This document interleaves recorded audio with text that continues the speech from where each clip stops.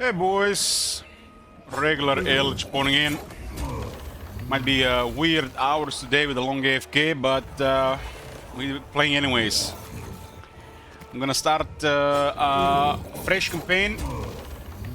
Promised somebody we would play Nurgle next, and we haven't played the official Tallymen of Pestilence campaign, so we'll do Epidemius. This will be an in-depth or explain map campaign. We'll probably play just short. My work is Nurgle is one of the best factions to just grind with melee and magic, plus some options on the side. I mean, like this faction in the game, so got plenty of enemies and always options to fight people, especially the guys that usually get ahead, like the Order.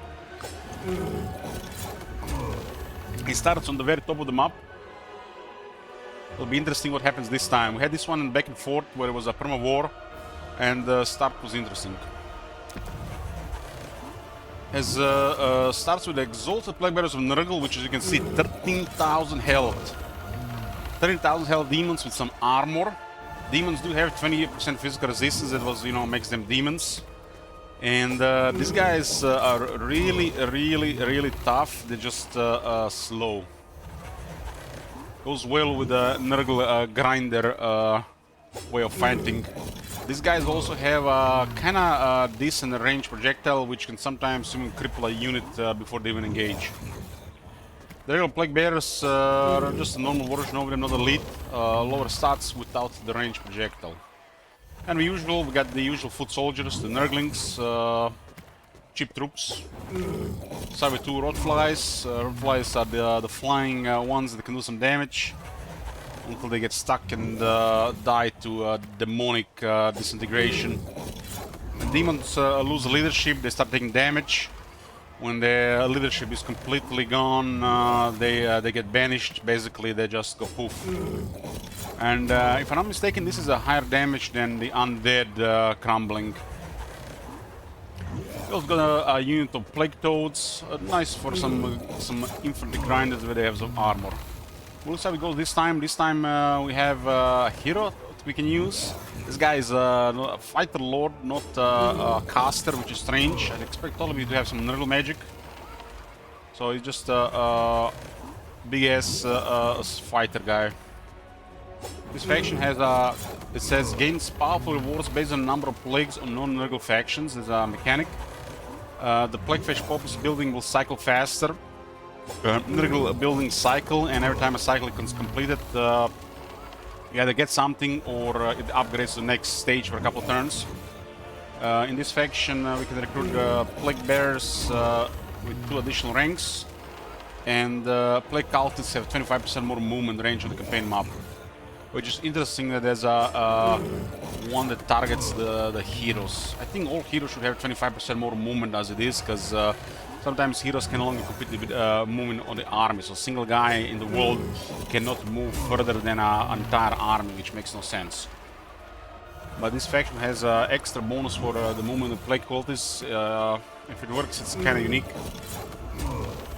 This Lord has additional 5 attack on his entire army when we're fighting an army that is plagued.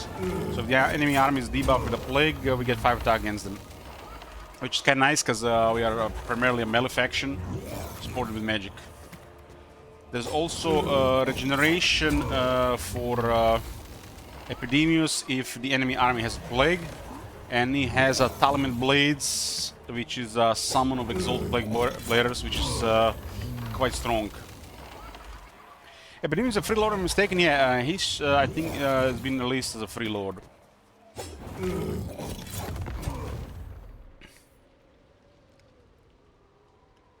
Don't need to do anything else here. Let's go.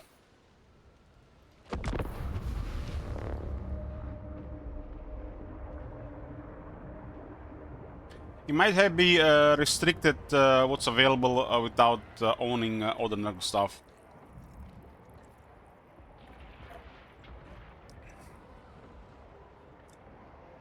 Like I said, it's gonna be an in-depth over-explained campaign.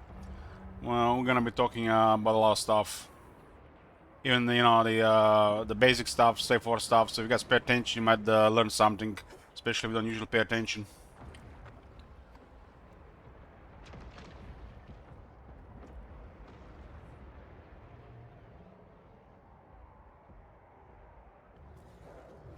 Ja, gnäda.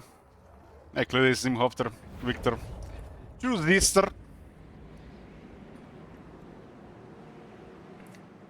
Make fresh victims, Tallymen! May the bells and gongs toll! I heard dongs. It's just red naming me. With the victory, Epidemius and Nurgle's chosen Tallymen who must oversee his mass domination of the world through the spreading and cataloging of plagues. As Epidemius' plagues spread far and wide between the non-Nurgle faction, they can contribute to his tally of Pestilence, greatly increasing his power. Conquer the world in Plague Lord's name to lead the Tallymen of Pestilence to their campaign victory. We get our first objective, and is to defeat the army that's next to us. That actually has 8 units.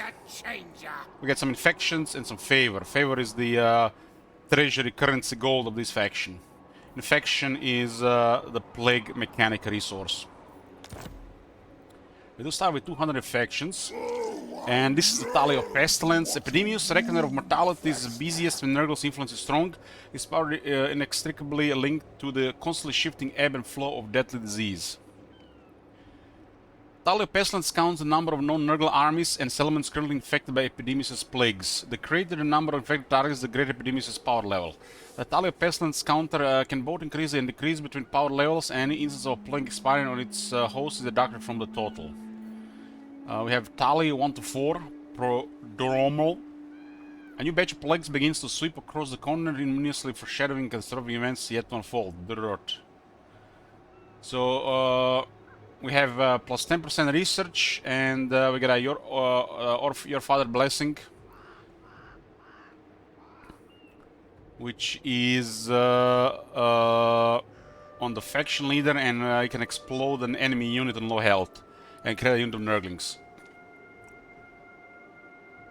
It says here it has a 1 use and a 5th range. It has a passive ability, so it will activate itself. If it says a passive ability, there's nothing you have to do about it, so it's a little bit misleading. So basically, if enemy is in the range of 50 meters, the unit will automatically die and will create a unit of Nurglings. Effects on non-Nurgle armies of the plague created by your faction are additional -4 leadership. Which is kind of trivial thing, because Legion alone gives them 8 leadership, and most units have good leadership. On 5 to 9 is Surging. The upsurge in sickness is a grim surprise for all who witness them. A reminder that the fragility of mortals is ever present in the Earth Father's mind. We love the sick. So the research goes from 10 to 20%.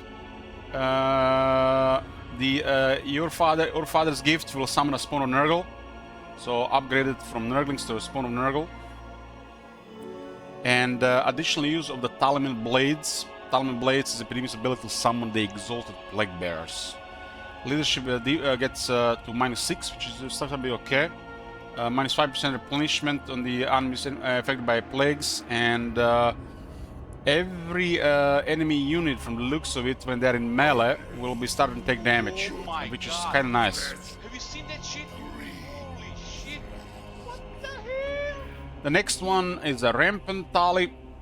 Research goes to 35%, up from 20. The Earth Father's Boon will summon a spawn on Nurgle. He's still also 10%. Could have upgraded to 15% for the next one. Leadership goes to 8, replenishment to 10, and this was the same damage. We got also 2 more summons instead of 1. And the final one is Epidemical. Nurgle's creations proliferate prodigiously through the mortal world, agonizingly entering every orifice of their victims' bodies. It is truly magnificent to see. I'm sure it is. Heck, Granto. Research to 50%. Our Father's Benevolence will summon a Great Unclean One. 3 more users of Tallymen Blades. And all non-Nurgle armies affected by a plague will be losing 10 leadership, 50% replenishment. It's actually big. and in melee they'll be taking 20 to 40 damage. How does this work in detail? Who knows? This sounds strong, but there's always under the hood features on a lot of abilities. We do have to have 20 plus going. It's a direct damage. It ignores armor and is affected by the ward save and spell resistance. Unless some of them might be bugged, it's not spell damage, might be physical damage. There's always discrepancies like that in the game. Some spells for most of the Warhammer 2 were physical damage and not magical damage, and they haven't fixed them for a very long time. So basically, direct damage, it means it ignores armor. Which means the armor will not mitigate the damage. If it's not direct damage spell, like let's say Wind Blast, armor will fully negate most of the damage.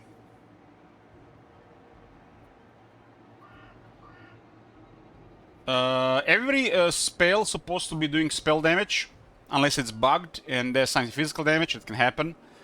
I'm pretty sure it's not 100% spell damage on all of them, because these bugs, you know, persist. So it's supposed to be spell damage, and only ward save and spell resistance can help. So does look like very powerful.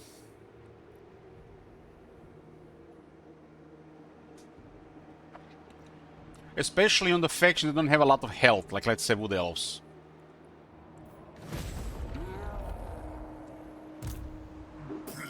Okay, usually start with a hero. We got this guy. It rolls a random trait most of the time. Hidden plague. This is unique, not special though. There's several that are better.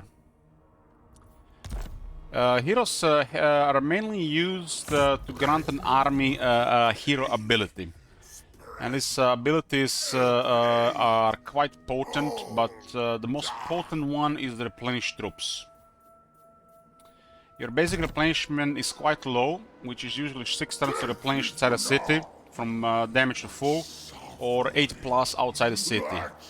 But this guy will almost triple basic replenishment. Cap is 50%.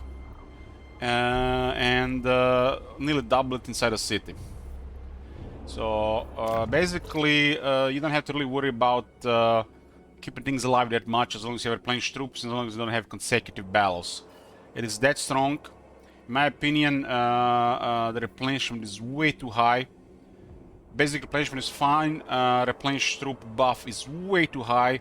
It goes to 17%. It should probably be no more than 8%.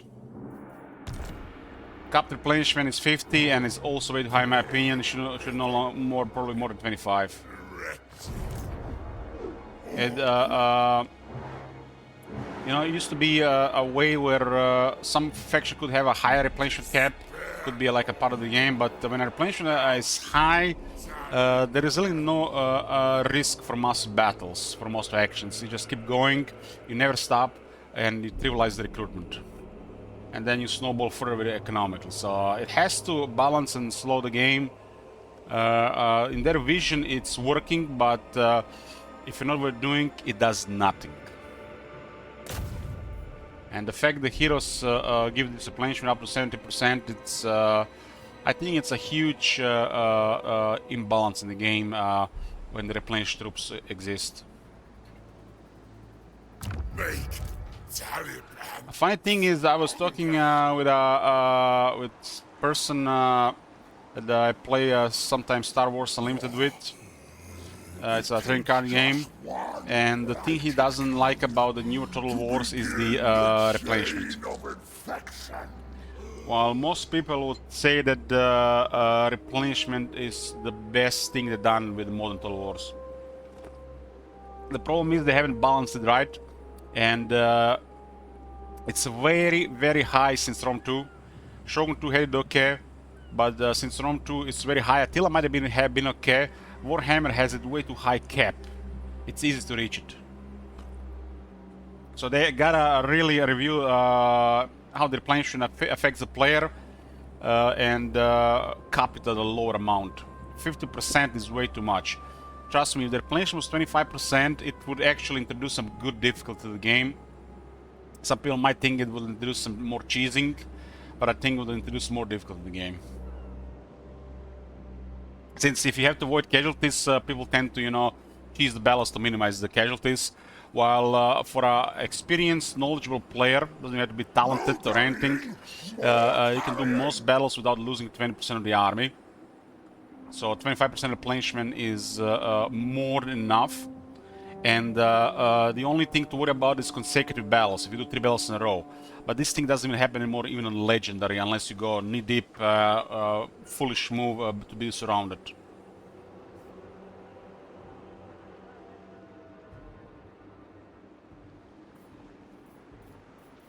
They definitely should have a look at the replenishment, and I think the best way to go is to lower the cap. Currently it's 50, I think 30 or 25 would be more than fair.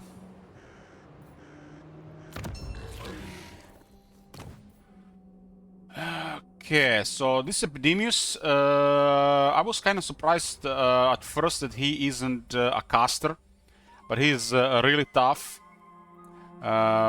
He's kind of like a I don't want to say it, but it's kind of like a, I don't want to say it, cheater High King, and you got a lot of flavor going with him, but you really need another lord in the army. It's really chunky, it's slow and has issues maintaining Cloud of Flies from my experience.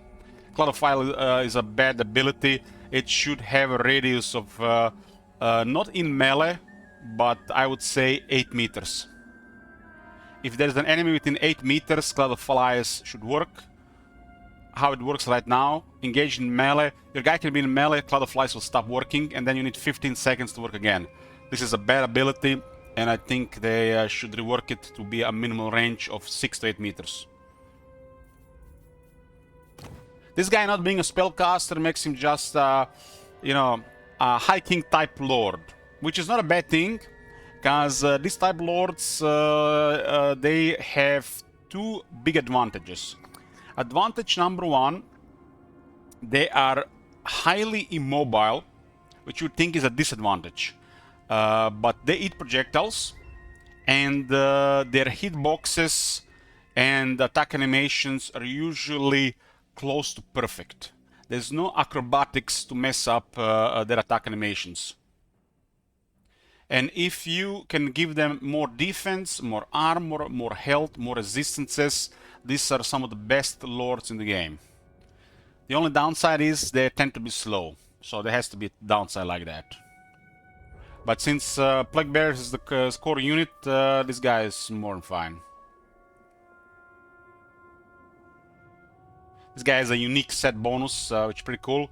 Both his items are good.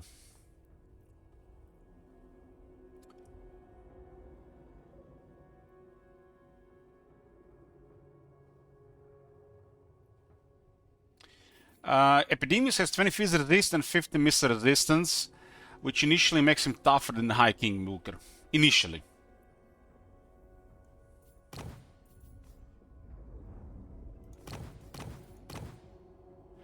Did they give the shield to the High King these days?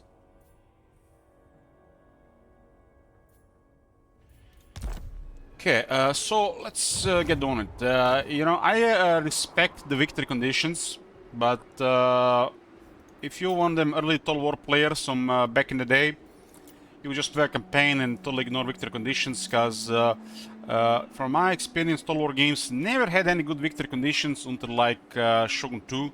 Everything pre-Shogun 2 was just, you know, they just put it so it exists, everybody just played sandbox anyways. It's a sandbox with kind of like guidances what to do. Yeah, you need about 120 armor to be safe from projectiles. So 120 versus 80 is a difference in a lot of damage.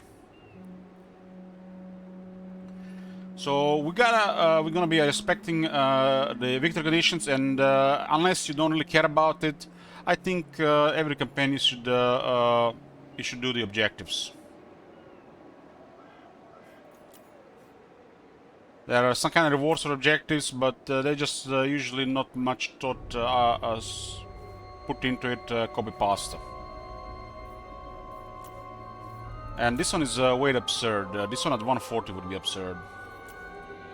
So we gotta destroy Hagriff, Ursun Revivalists, and Master of Innovation. Malus, Boris, and Malachi. Malus is really close to us. He might be a little bit dangerous. And the game tells us to go east to Boris first from the looks of it.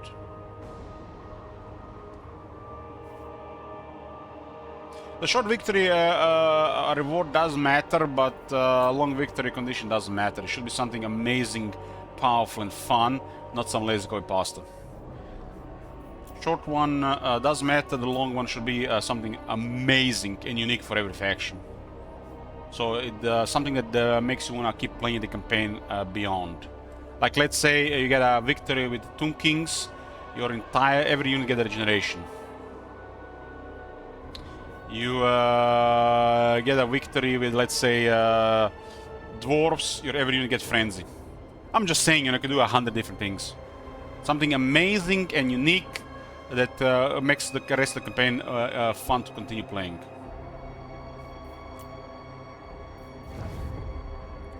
Our starting army is pretty good, and we do get a wizard hero here. Wizard hero, we'll name him Viper. Outstanding. This is a similar type of character like Epidemius, except he's a caster. Not as high stats because he's a hero as well.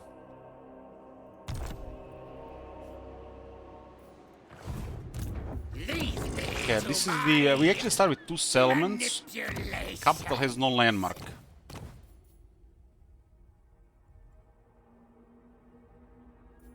God damn, this medicine production is so poor. Why there are 3 tiers anyways? So, what was the building that we have special benefits from? Plague Flesh Poppies. That sounds like a plague bearer. Plague Flesh Poppies is the plague bearer building. So this building will cycle 1 turn faster. As a Nurgle building completes a cycle, it goes to the next tier and then unlocks the rewards of the previous tier. So when a cycle completes here, we get Plague Bearers of Nurgle and 2 Nurglings added to our recruitment. This faction uses a Raise Dead type of recruitment. We call it Raise Dead because it's the original instant recruitment of the Warhammer series. It's called Summon Units, but it's pretty much same as the Raise Dead, except it's global. Nurgle units don't get summoned at full health, so you get them damaged and they replenish. If you ever played Thrones of Britannia, it works like that. I think this is a nice system. I like it. And not because the Raise Dead is the most powerful thing in the game. I like that they're using more Raise Dead stuff around the factions. And you don't really have to worry about going back to recruit stuff.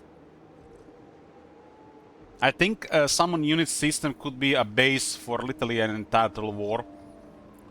So you don't have to really you're gonna have to unlock units. They could just make it so if you're really far from the recruitment center, the costs are just much higher. They could balance in 100 ways. So we start with infrastructure building that is an income building. It's a pretty sweet income building, very high base income. And when growth per turn is more than 200 or with 5 population surplus, it produces additional income. This is one of the best income buildings in the game.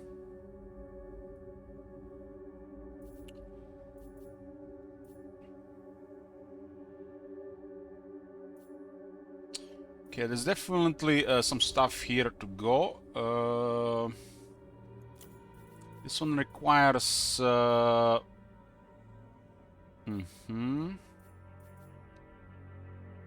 The way we want to play with Epidemius, I think we're just going to be a slow Plague Bearer army.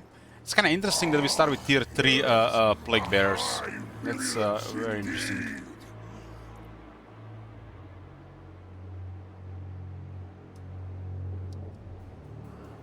We have still 100 infections, but we cannot access plagues until we earn 200 infections, which is bizarre.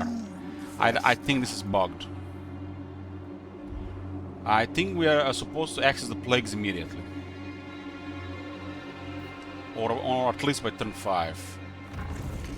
As an unholy manifestation to lower the recruitment costs and increase the recruitment health of the units for 2 turns. It's actually okay one. This is one of the okay manifestations.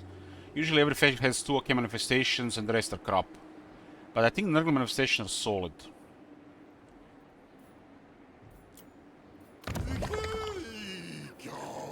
Okay, we'll just open with a battle here after we check his skills. This is the first time I do this faction, so it's the first way to go. He has an item called Purveyor of Mortality, is a weapon. It does some corruption, increases damage, and even physical resistance. This is a really solid weapon. Not amazing, but it's not the worst. 7 out of 10. I'll give it 7 out of 10.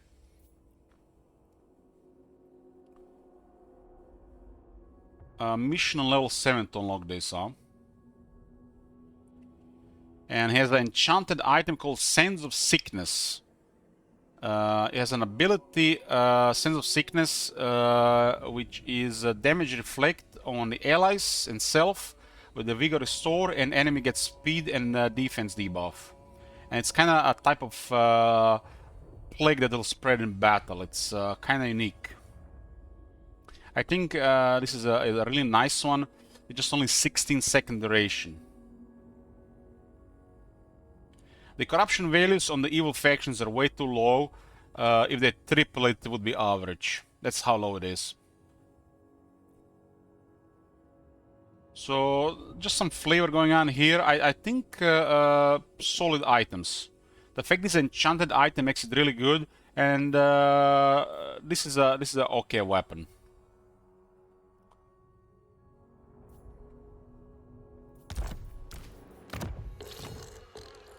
I also think for the Demons of Chaos faction, every hero should have spread corruption. Every hero. Not just one, but every hero. There's a plague ridden here, spreads 0 corruption. Does it make any sense to you guys?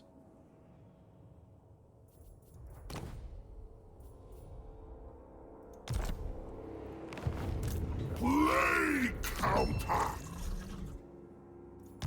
Something interesting here. -2. Okay. So his first unique skill is Tally of Pestilence, and affects all allies in range of 55 meters. Buffs their melee attack and physical resistance up to 20 and 15. 20% physical resistance, 15 attack. Kinda hot, especially if you have a strong unit like Chosen Great Weapons. And intensity will increase as the units die in his radius. This is very nice, but only works on demons. So, which one unit might be best for this? I guess the Exalted Plague Bearers.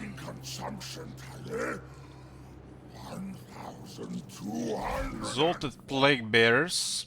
The Battle Trollers are not demons.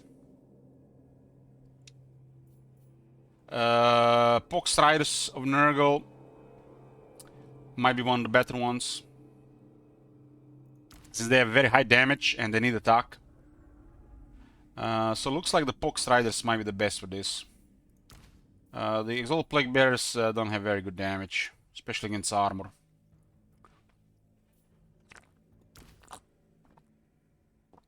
These guys probably do double damage compared to the Plague Bearers. The Pox Riders of Nurgle, yeah, looks like that's the best one for that ability.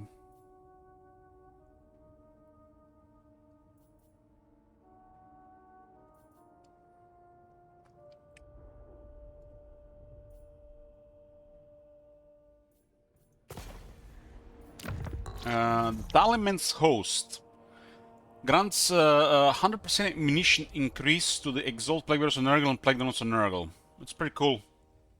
Pretty cool. Further confirms that the Exalted Plague Bearer is the way to go here in this army. It lowers also their upkeep and increases their damage by 10% each. Pox Seeding. Newly captured settlements start with additional population and all provinces get 5 growth. 5 growth is next to nothing. Should be at least 15. Heck, 20. For a Legend Lord skill, this is next to nothing. This is our starting settlement, has 30 growth without basic building. That's extremely low. You get 3 regions and the 2 growth buildings, it goes to 150 immediately. What is 5? Nothing. They should be 15 at least. They really fail at adjusting this type of values. Rentent, all demonic units start with 5% more recruitment health, and look at this one. All demons in this army gets 10% additional physical resistance. So he has the sturdiest demon army in the Nurgle. This is a really strong one. Now, 50 would be too much, Agnieta. It should be 15 or 20. That's like an average amount for faction-wide. 10 is almost passable, but not good enough for Legend Lord skill. It should be 15. 15 is probably would be fair. 20 would be strong. This one is really nice. Additional 10% resistance to all demons, and demons only have 20 physical resist. Which means if the enemy has no magic attacks, they will really struggle to fight this army. The last one says, Plague immune duration -1 turns for all future plagues. So after the plague passes on an army, the army and settlement might get immune to a plague, and this lowers this by 1. And he also makes plagues 10% cheaper. That's our solid skills. All except maybe this one. This one is kind of bad, but you don't have to pick it up. So this one could just be ignored if you don't only want to get... if you want to unlock skills in a better order. So 3 for this one. We can ignore this one. Perpetual Pestilence. He gets 10% hit points. And my favorite thing... Permanent Summon. CA! Make it happen! Make it happen. Make every faction have technology, skills, buildings, rights, where all their summons are permanent. What the hell? Permanent Exalted Plague Bearers. That is crazy.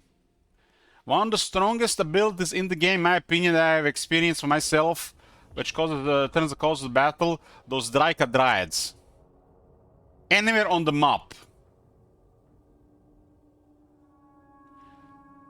So powerful.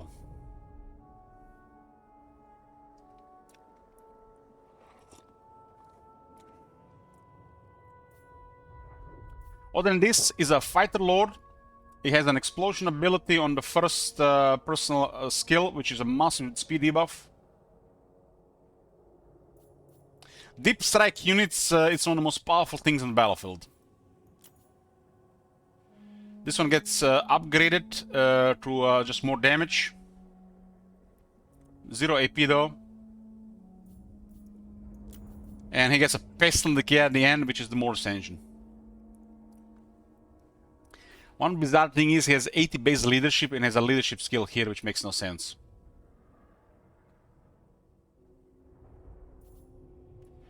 Leadership on Legendary Lords.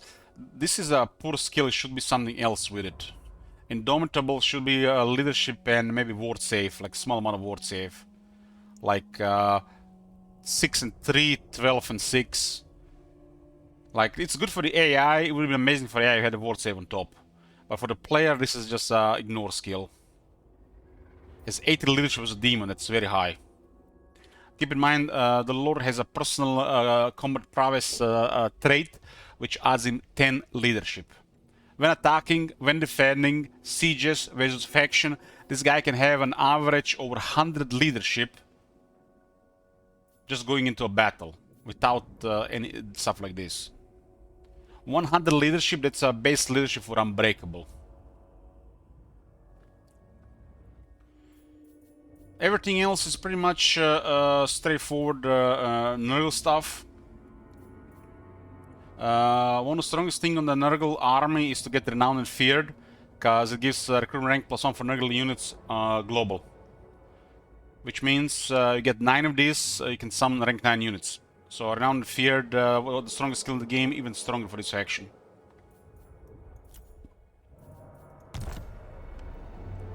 Campaign skills are the usual way to go, unless battle difficulty exists, and in Warhammer 3, if you know what you're doing, it does not exist. True fascination.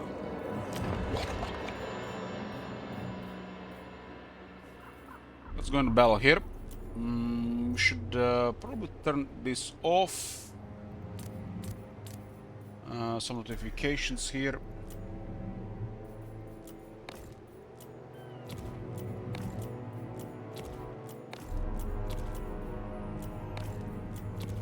Camera settings don't save. This is how I like it. I like to see allied faction moving at the fastest, because sometimes seeing what's going on in the world is the most interesting part of the campaign. Happy hands. Heroes don't do next to anything, so off. You have to put both off and fastest in, otherwise if you don't see them, they can still move at fast and normal. Enemy factions the same setting, and the neutral factions off to speed up the turn processing. Before you do a battle in a campaign, you should do diplomacy first. Your army, starting army being at full health affects your strength rank, and strength rank might influence diplomacy, but we're playing a faction that doesn't have many friends in the world. But when you look at this, the game scripts good relations with the Demons of Chaos. Oh my god. Hey, Ben Eldritch! Thank you for giving 10 subs. Holy shit. I'll add it towards 500. Okay. So, quick deal is the way to go. Saves all the time. It's a Warhammer 3 feature. I usually just go fast over it. Oh my god. Luca with 20, holy shit! Well, thank you guys, very nice of you. Another 20 towards 500. We get a goal for 500 and there'll be another goal after that. Goal after that is probably gonna be a Belegar campaign, so you guys know. Because numerous people have come to me in a private message, want to see Belegar campaign, so I'll put in a goal. Holy shit. I don't know why, but apparently Belegar is very hard right now. It makes sense to work with Legion of Chaos. You want to have some friends in the world, some buffers. Keep paying your respects to me, and few will dare We gotta pay 117 for Have you seen that shit? 0.0. Holy shit. I guess it's 0.0999999999999. So yeah, you gotta pay for it. So,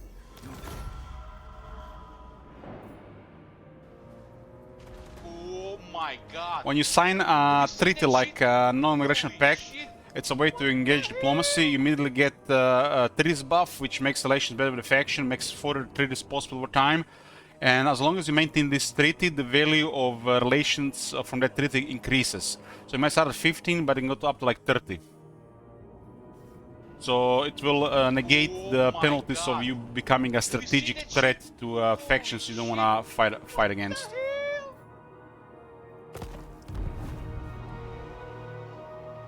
number of living worms in host. 353 outstanding. Oh my god. Chronicler of disease. Okay, let's see what we got here. We are currently losing wins. Gotta love it when you start a campaign when you're losing wins. Oh, I learned to watch a wound. The wins randomly roll in a area, and it can go from 0 to either -10 or +10. Oh my god. This faction actually has penalties if they have wins under 35, which is quite a big penalty, because demons manifest with the wins. Corruption in wins is supposed to be, you know, how they get powerful, but you get barely any power by having positive wins. The bonus is very small compared to the negative. Oh my god. So Have you channeling seen that and shit? the winds is the way to go Holy to shit. keep it at least at a good What the level. hell? It does happen at the end of the turn though. Don't have anything special stance-wise, so I'm just gonna battle here. I do not think so.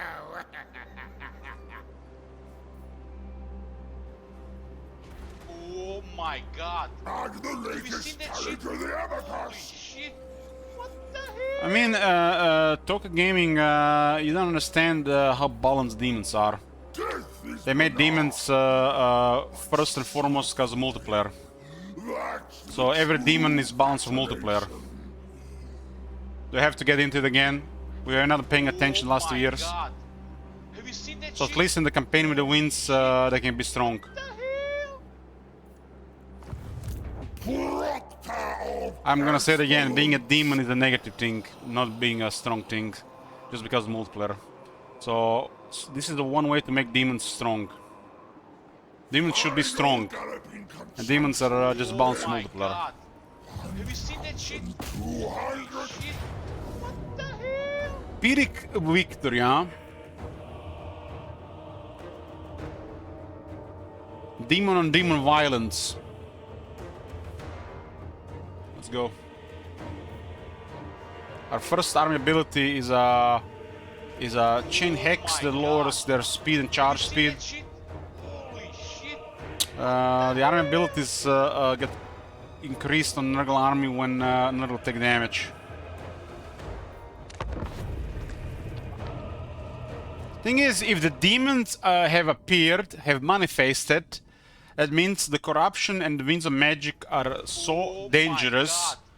that you seen that it's literally the end of the world in that part of the map level scenario, and it's really poorly represented in the campaign.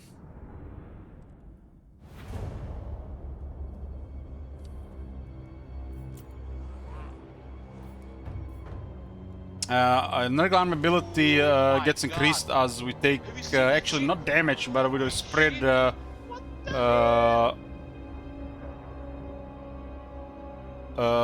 spread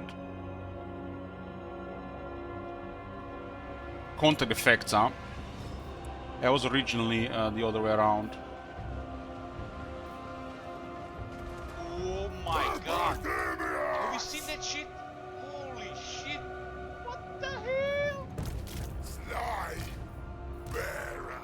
No doubt after a while they'll realize that the campaign demons are kind of lacking and they're gonna do something about it. But the developers are very slow about this. Unless they have a YouTube Muppet whispering in their ears, they don't know anything about it. Oh my god. Have you seen that shit? Holy shit. What the hell? Swords. Okay. We got two, one flies would not be good enough, but two can actually bully stuff.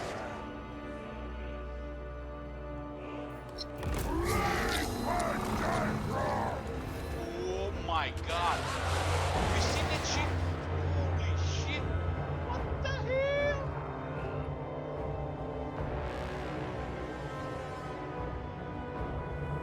The way I would do Chaos Corruption and any in general, as it spreads, it literally threatens the entire world. And if it gets high enough, everybody suffers. Oh my god. And when it reaches a certain point, you can no longer get past it without destroying the factions.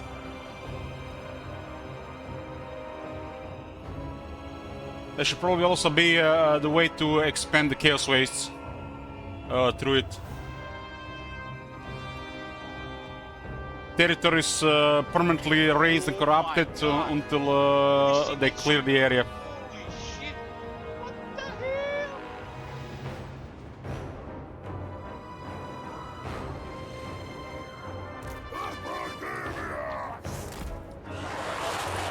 Their units get a couple shooters which actually bother our units. And all their units have magic attacks, which means our physical resistance doesn't do anything. Have you seen that shit? Holy shit. What the hell? Usually clear the demons and then enjoy your physical resistance, but you have to gotta suffer a bit. We'll start with the Tallymen blades. Well, I use the rod flies to crush the Furies immediately. The best way to utilize the melee flying is with numbers. 2 to 3 overwhelm any unit.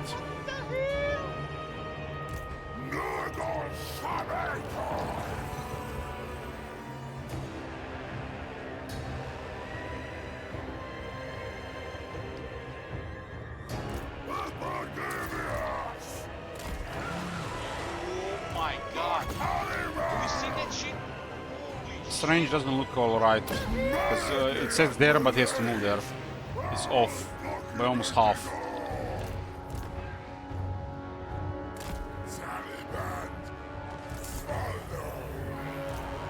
So utilize a summon unit. Oh my god! Have you seen that shit? We'll use our spellcast to give up attacking Furies.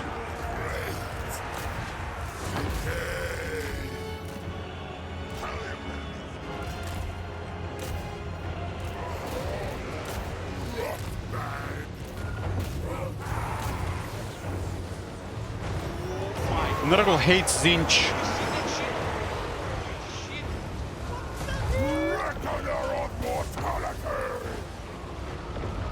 There's a pink horror in the back.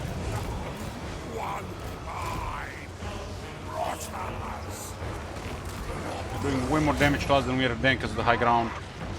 Up 30% extra damage. Oh my god!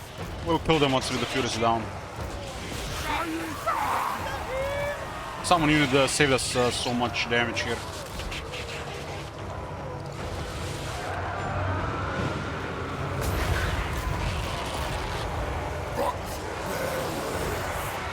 Okay, and that's it for them. Bear was very strong in melee. This is a Miasma Pestilence. It's mainly used to debuff the enemy attack by 24 and trigger the Children of Nurgle, which we currently don't have unlocked, which is Armed White Healing.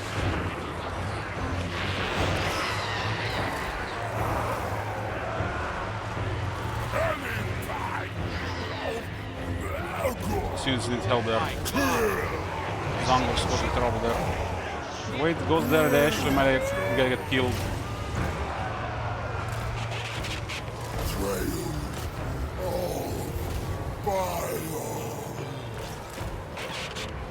If the demons get overwhelmed, they just go poof. Oh my god! Have you seen that shit? We have a slight ground advantage here. You can see their attack goes down. They basically changed 35, so with 8 they can barely hit anything.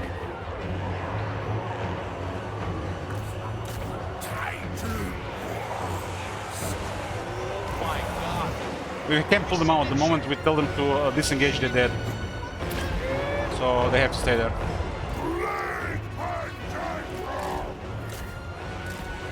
Because they're gonna lose 3 leadership trying to disengage.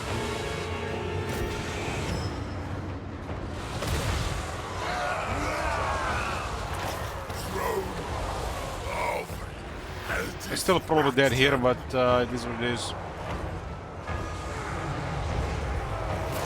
The moment they start disengaging, they get higher leadership penalties.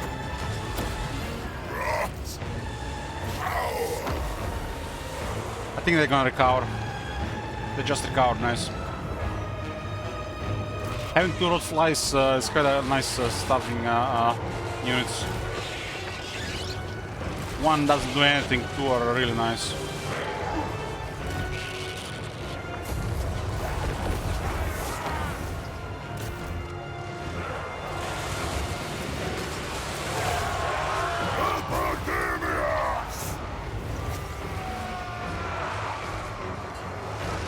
I need to look battle units in this battle, because Zinch is pretty nice against this stuff. They have some edge until we enter melee, but once we enter melee, we are just they can't do anything. The Zinch demons are not good in melee.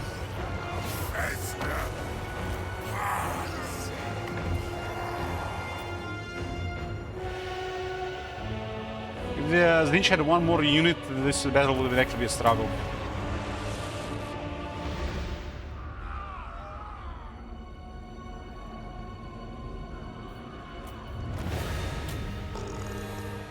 it comes to battles, especially the first battle, you always want to kill the enemy lord.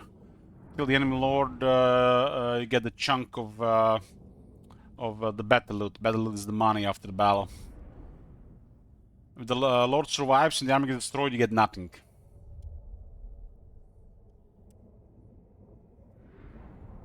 It's easy with demons, because demons always go poof. But if that guy was a Chaos Lord, we had to chase him to kill him. You see this part of the battle? It's mainly because this thing got killed. If somehow the Lord survived, we would have gotten maybe a third of this.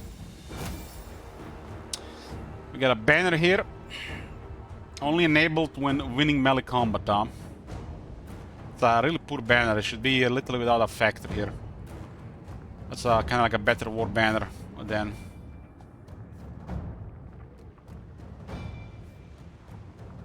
But we have nothing else, so might as well use it. There's incubate captives here to get some infections. We can get some replenishment, which is next to nothing, and we can get favor. This is ransom, so-called ransom.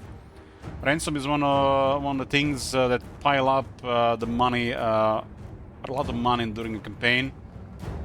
So most of the times you just want this, but this campaign is different how it starts, so we want to get infections. So you only get paid for defeating enemy. It's kind of like you loot from them. And then you can ransom the remaining captives. So we take infections here, because we need infections right now. Infection is the resource for the plagues. We got also 50 from the quest. I'm gonna get another 120 for to unlock the plagues. Plagues are very important.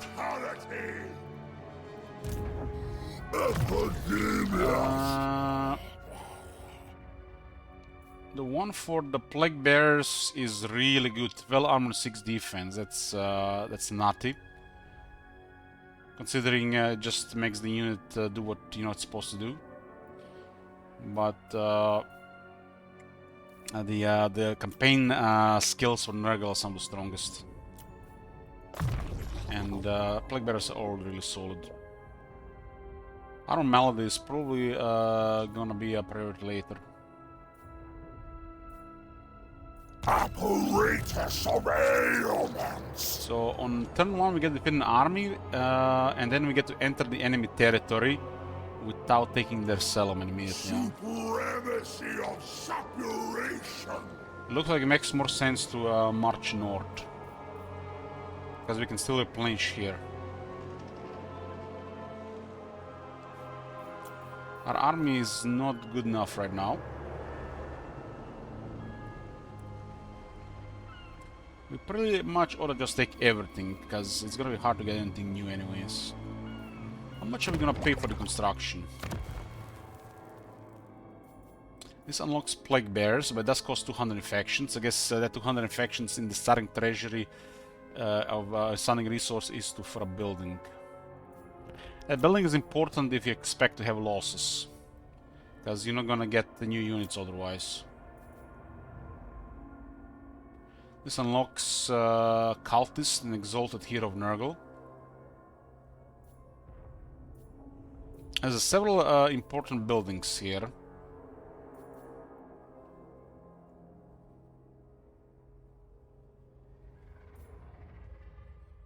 If we do really well, we'll not take losses, but who knows what Malo's gonna do now? I'm a little bit worried. Pre 5.2, no problem. We should not really underestimate them. The safest thing here is to get the building that we can actually cycle faster. I think this might be the single most important building here. When it comes to the city development, it's not even... I wouldn't even build in tier 3. Because there are some more important stuff to get here first. But we need a building that summons units. And if you don't do it, you lose cycle time. And you need completed cycles to add units to the summon pool. So you gotta build this early. And this is the reason I guess why they give you 200 immediately. Because this building does cost 200 infections. Oh my god. Have you seen that shit? Holy No, shit. no, What the hell? due to the changed air recruitment, it's out of the question. Out of the question. We gotta get this building. Malus could roll potential and he could literally stomp us. We won't be able to recruit units. This takes 4 turns just to start the first cycle. I'm not sure if even when constructed it finishes the first cycle already. Tallymen! Replenish troops is the really important. Children will have to wait. Yeah, we don't have to go against Malus, but it's still a precaution. The song of victory! And we do have some corruption going here. Another corruption is pretty good. It's one of the better corruptions. It does it does really good stuff. I think Nurgle corruption and Piri corruption are actually corruptions that I'm happy about. Most of the corruptions are really poop. Well, some of them because we need to replenish them.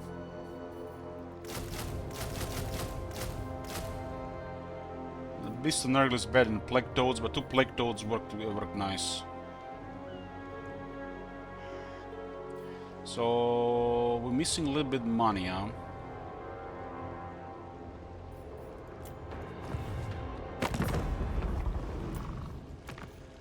We have actually the same enemy here, huh? There is Lynch on the left as well.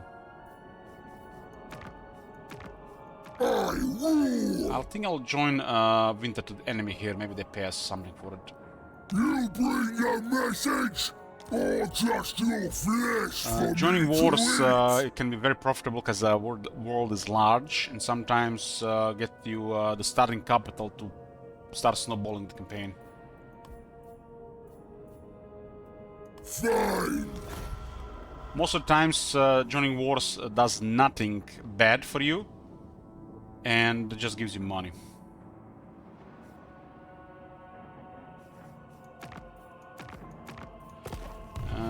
Yeah, we ought to use the manifestation here as well.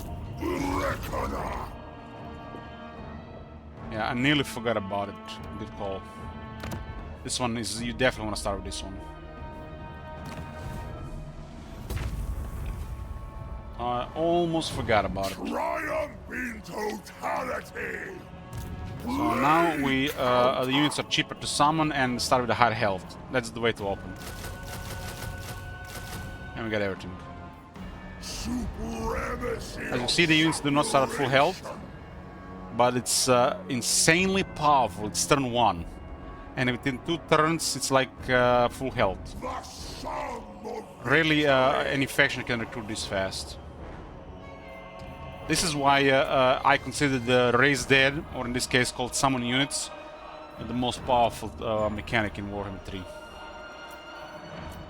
Many factions have access to it, but it originates from the Vampire Counts and the Regiments of Renown. No time to waste. Where are the maladies? Hey there, bro. Yeah, technology. We got faction military. Used to be quite poopy. Fecundity is an army ability, and there's some really nice technologies these days in Nurgle. Still only at 1 control though. Technology should be at least 2 or 3 control, but this one comes with line of sight, so it's okay. 1 corruption, it should be probably 3. This is against demons, huh? There's a lot of good stuff all around.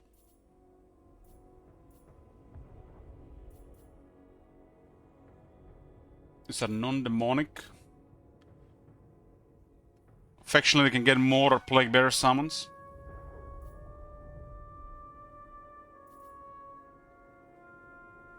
But look at this, 1 rank for new recruits and 10% speed. which puts our Plague Bearers to rank 3 recruitment. 10% speed is invaluable, really.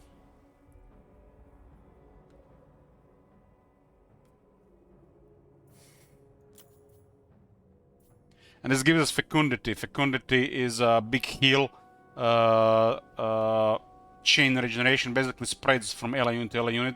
As we spread disease in battles, we can unlock this and then heal our army. Not just heal, but refresh their vigor. Only 2 turns for this. That's how we open technology. A refinement of decay. Do we get a character as well? Demon is 1600 here. We got a tough one. Tough one is solid. Intelligence is trash. Corporal is not bad. Cunning, really? Please remove cunning and intelligent from Nurgle.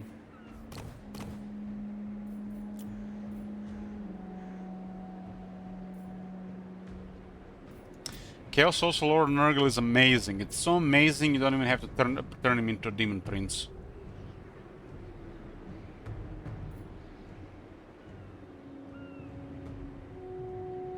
And we can start leveling our second general by following the main army.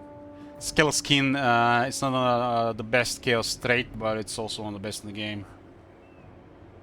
This guy is a big ass monster later, and he will get attention from the enemy range. And if enemy range is focusing something really tough, as in already half impervious to missiles, they will not focus the rest of your army. So you get this guy and you just slew him like this. Amazing support character. I bring despair. So he's currently rank 1 with 40 missile resistance and 5 physical resistance, 80 armor, with access to additional 10 missile resistance, without even gear or traits.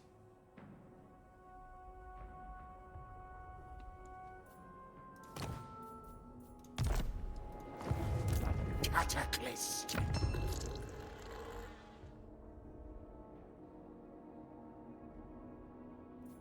This guy actually is so good, you don't have to turn him into Demon Prince.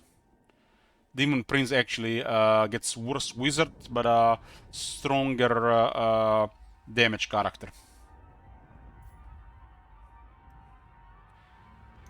When you become a Demon Prince of Nurgle, you're a worse wizard than a Chaos Sorcerer Lord Nurgle.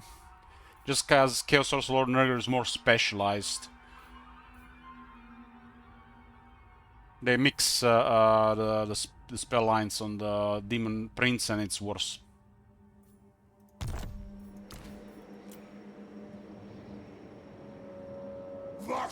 Yeah, the War Shrine is the one I was talking about. War Shrine gets attention from missiles and he becomes a crazy good tank, so your army gets ignored.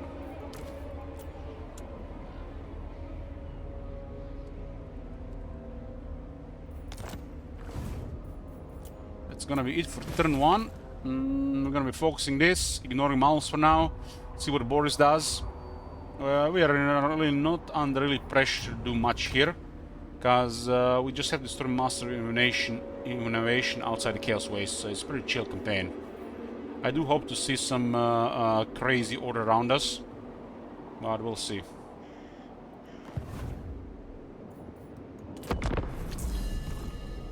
I think Demon Prince of Nurgle is better than the Chaos Sorcerer Lord of Nurgle, but Chaos Sorcerer Lord of Nurgle is more specialized as a support character, which I think overall fits our army better. But the Demon Prince can just get a hero in the army anyways.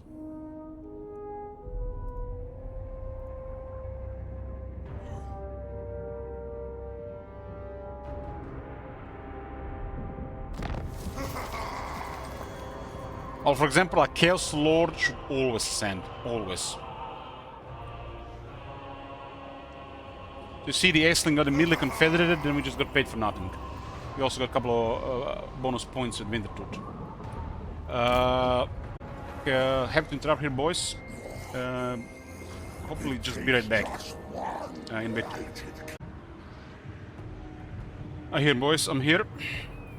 I personally probably care more about Demon Prince if you actually retain the trait or get something more powerful version of it. Because I know this guy's gonna have scale skin forever, and is already a strong character, and this makes him really nice, so turning into Demon Prince is just a gamble. And you get a different character that might just have a tactician or something like that. Which is just gonna be a constant reminder how boring some of these traits are. 353. Proctor of Pestilence. They got a military presence of 6 to 7 units.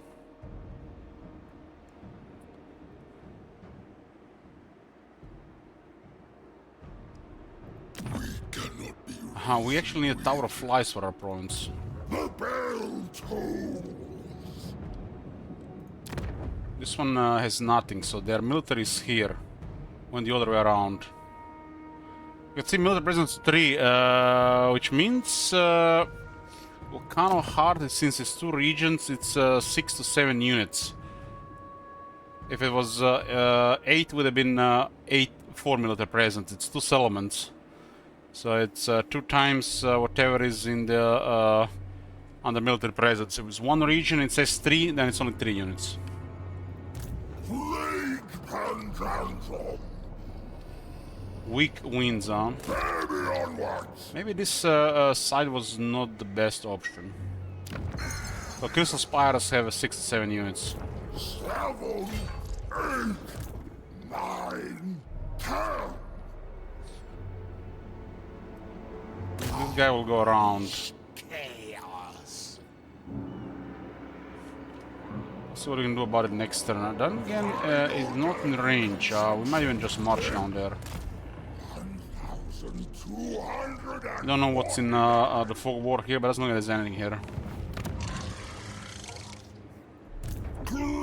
Okay, this is it for the army now. We'll kill some winds, and Mouse has the Black Rock. Well met this night. What do you have to So say? these guys are on the west side of things. It's interesting that there's only just 10 version here.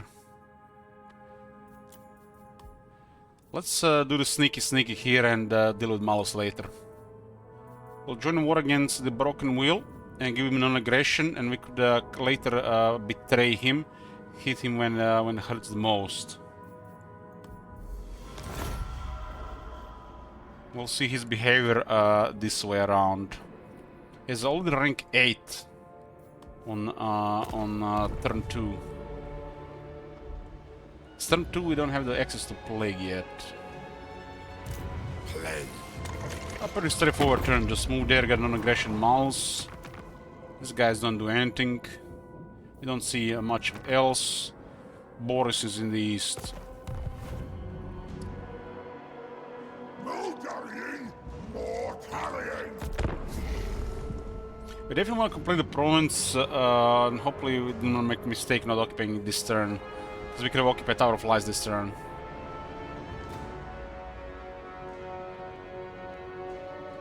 This way, it looks like we get both, because the other guy will act before them. Fecundity, army ability to all armies, so not just Crystal Slug now, which is very situation somewhat underwhelming. We actually get access to the better one. A high virulence indeed. They recruit more units. Bring ruin. Oh, nice! Look at this. We were supposed to have this one last turn. Ruin. Thanks, friend. To battle. Okay, he reinforced us there, so we didn't have anything else. Occupy. Place to rot. The strongest thing in the turn-based games, at least from my experience, is having more pieces to move. And Blomy Coals is an early extra piece, which later on becomes one of the main pieces. It is done. It is done. Rot Weaver. Out Marcher, because the last skill is really strong for this faction. Tallymen. We don't really care about this province if we can control the entire one. So we can just help this guy here instead. We can go into Norska. Better to be by my side than in my path. This guy might also roll very high potential. We have to. There's a potential thing in the game. It's basically under the hood buff to increase the faction power level in the campaign, and it varies from campaign to a campaign. It can literally affect how strong a faction is in a campaign. While some factions are always going to be strong, some get even stronger because of this. If the faction are under Shroud, as in Hidden, this potential is further enhanced, so they can overperform if you don't see them.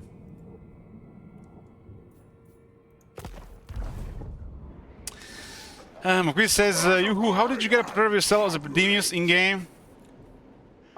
Who are you kidding, McQueen? I'm not that good looking. Pestilence.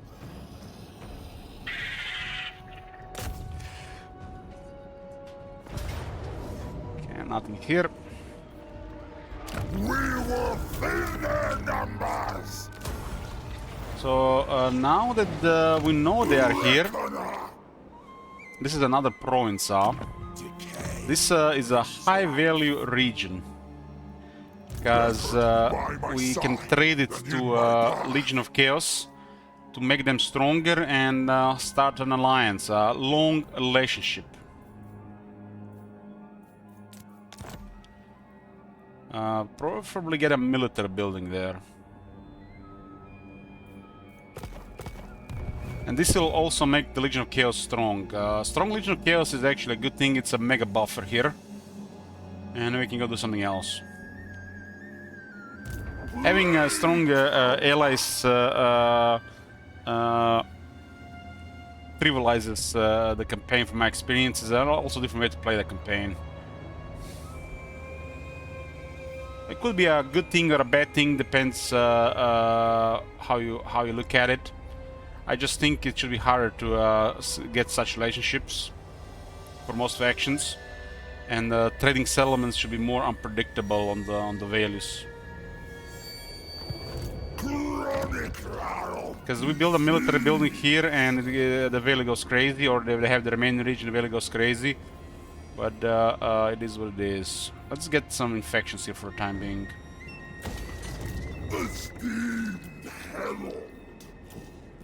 Okay, 2 turns, we'll see. We got 2 ranks for this. There's a recruitment cost, which is not bad. Looting is trash, this should not even exist. Upkeep is the best. Corruption is okay as well, just wish the value was higher. We'll lower upkeep by 10%. 10% lower upkeep is a little like building an economy building. An improvement. Okay, we got replenished troops here. Now we go for Children of Nurgle. Children of Nurgle is like Life Bloom. And we want to make spells cheaper as well at the same time.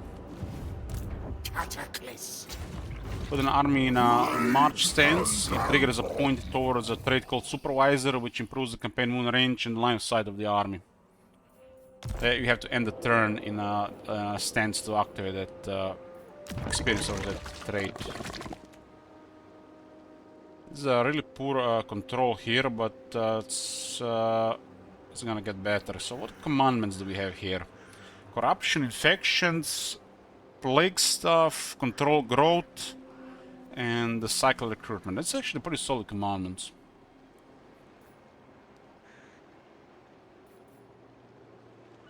Growth one is the best right now. We have only 40 growth. Let's go to 6 without a growth building.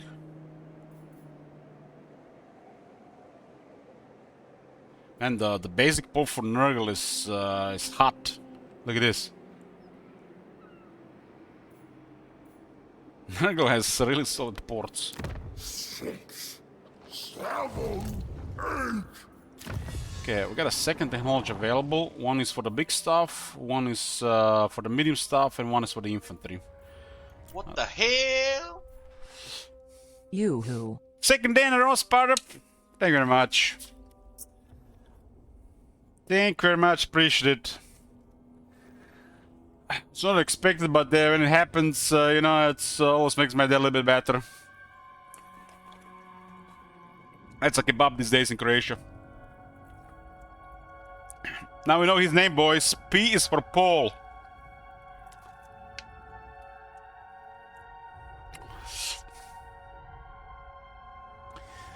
Monstrous abundance. This is so nice. 1 recruit rank and 10% speed for all infantry.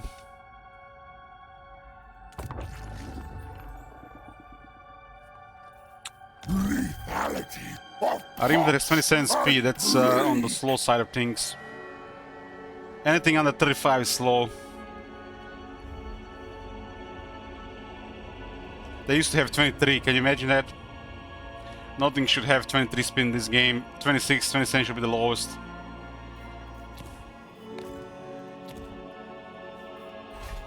But for example,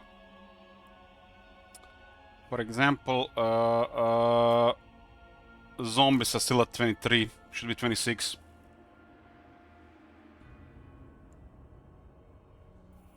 A zombie should probably be 26. It goes perfect. The graveyard, 1 speed difference.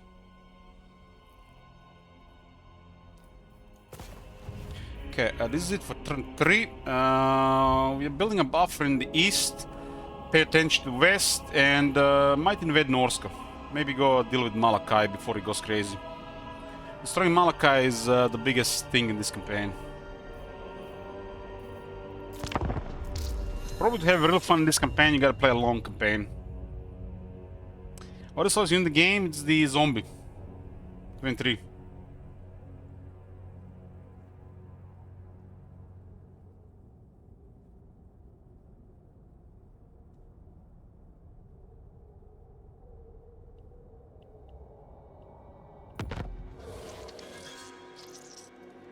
Let's make sure these guys get ahead, and then we'll see.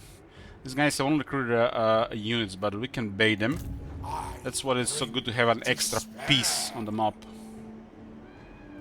Yeah, don't take Attila into account, Colin. putrid haze. We are going to bait with the Blomy Cools. How can they resist this red name? Disguised as the Nurgle worshipper. Bloom is good at baiting people. Yes, he is. Yes, he is. Next turn, Plague Flesh Pops gets completed. We're losing wins per turn, but we may still get him out of the city. Convey your march. So we have a vulnerable lord here approaching the enemy, and massive army hiding. That's the best way to bait. That's where that second piece comes really in handy. Just don't do it against the Skaven or the Beastmen, because especially with the March Sands, they can ambush them.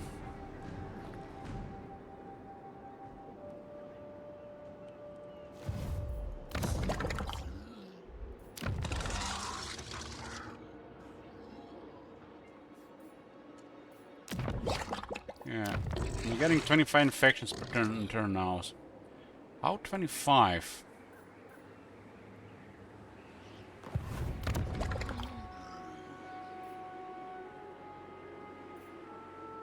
How are we getting to? 5 from the port and 20 from 2 fungi of defilement.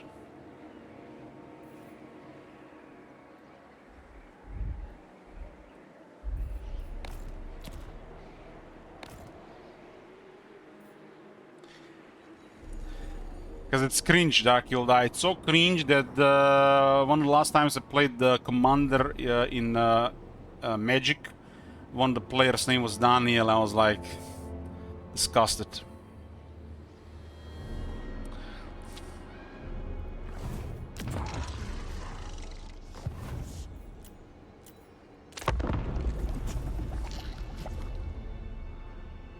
Yeah, I used to play Arena, but I don't really play card games on PC anymore. I just play them on Log Game Store or outside with friends.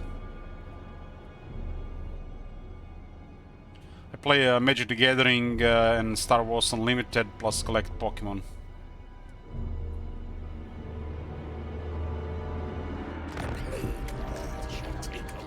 Yeah, I play Commander for the last year or so.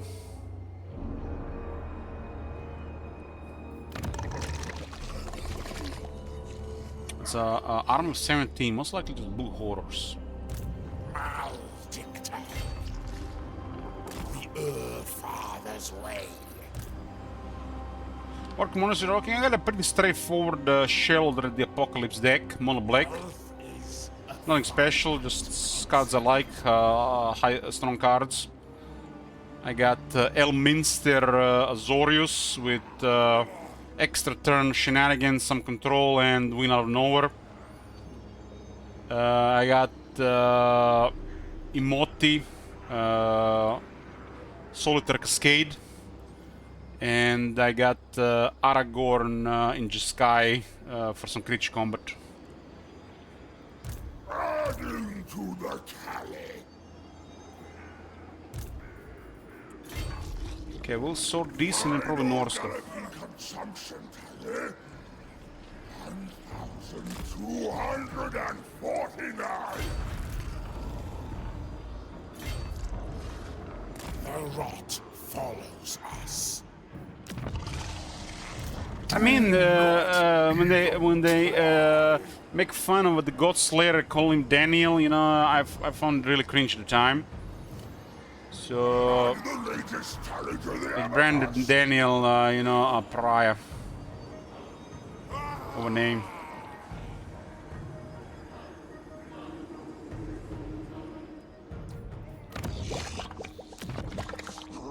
Dark Hill Die, were you not watching those videos at the time? The main guy was so cringe. It was like, I don't know, maybe I was just maybe it was just me at the time. Maybe we should just rewatch it and give him a second chance.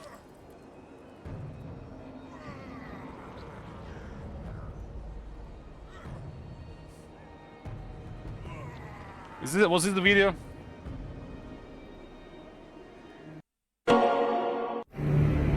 I was mortal once. A prince then, This is a good video, I think. a prince now. Except the faction is not good enough. The gods themselves court me to bear their Wrong video. mark. I have time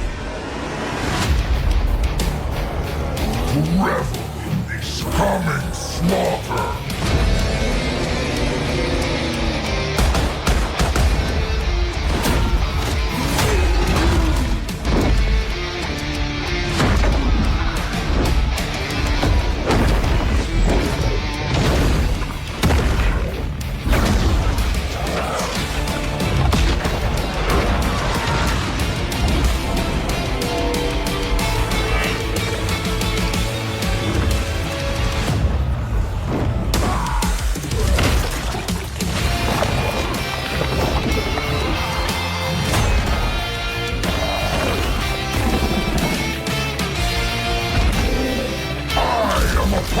No longer!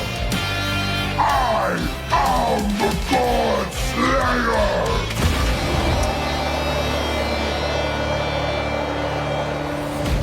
This video is almost like they're supposed to be such a cool faction instead of just a Regiments of non-faction. Missing like one big strong mechanic. Hopefully it's gonna be released one day. I'm hoping a way to unlock powerful technologies type mechanic as you progress in the campaign. Was not the one this video. What's the video? Total War God Slayer. You guys know which video is this?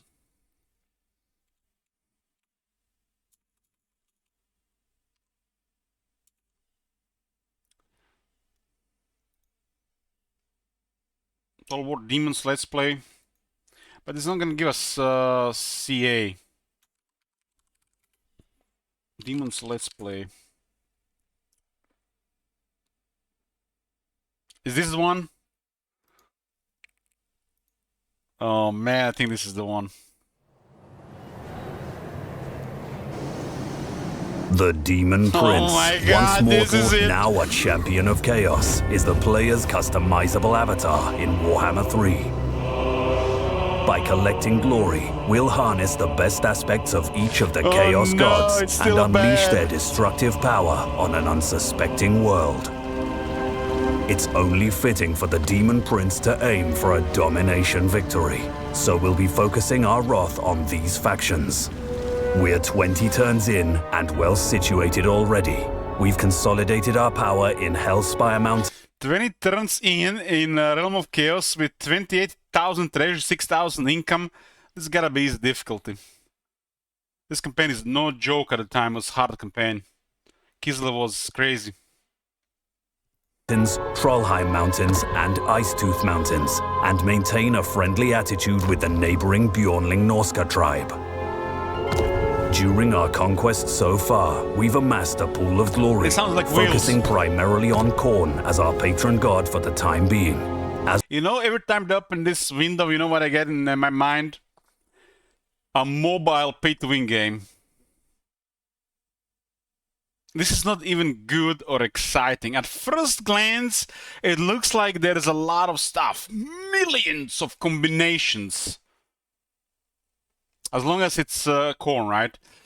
And they literally connect several things into one stuff on this guy, and he's like super bare bones faction missing true power level.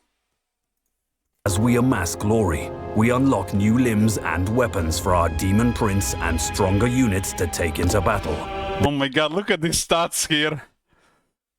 What the fuck, man? 30 defense? This is before they buffed him, right? Holy shit, it was bad. 54 attack, 30 defense, 40 armor, no missile resistance, no AP damage, Godslayer. Fucking hell, this is complete trash.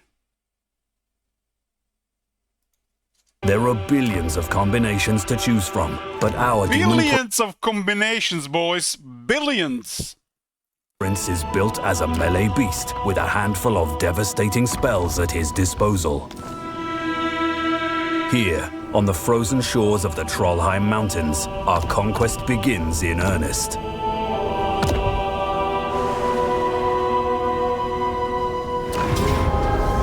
A Pyrrhic victory could be crippling on the outset of our invasion, so we'll fight the battle ourselves.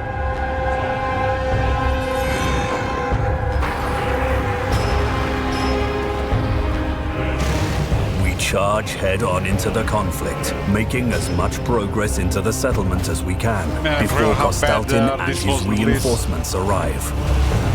To buy us some time, we send our Chaos Furies and Flesh Hounds to head the reinforcements off while we arrange our defenses.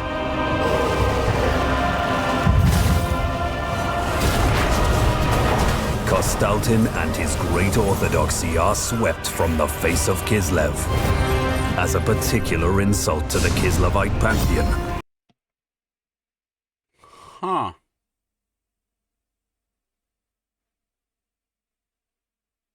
There's something very suspicious here. Where is Kostaltin?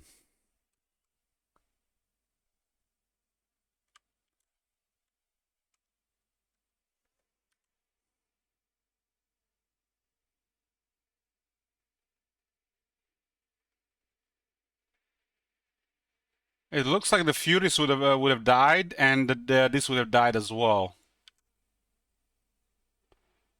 It looks like they fabricated the results.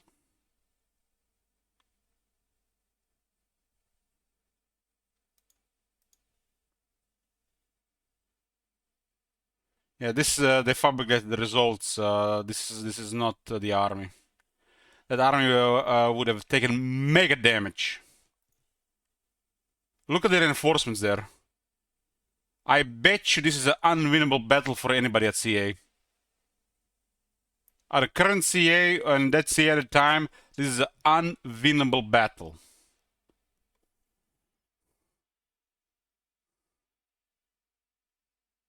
This is I don't think they can win this battle.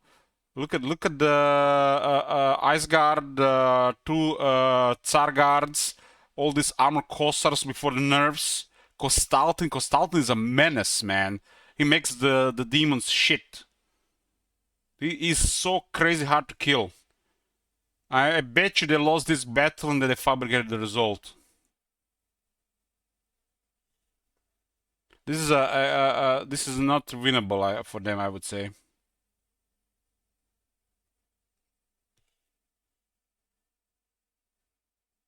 They don't even have the ways to kill this much armor.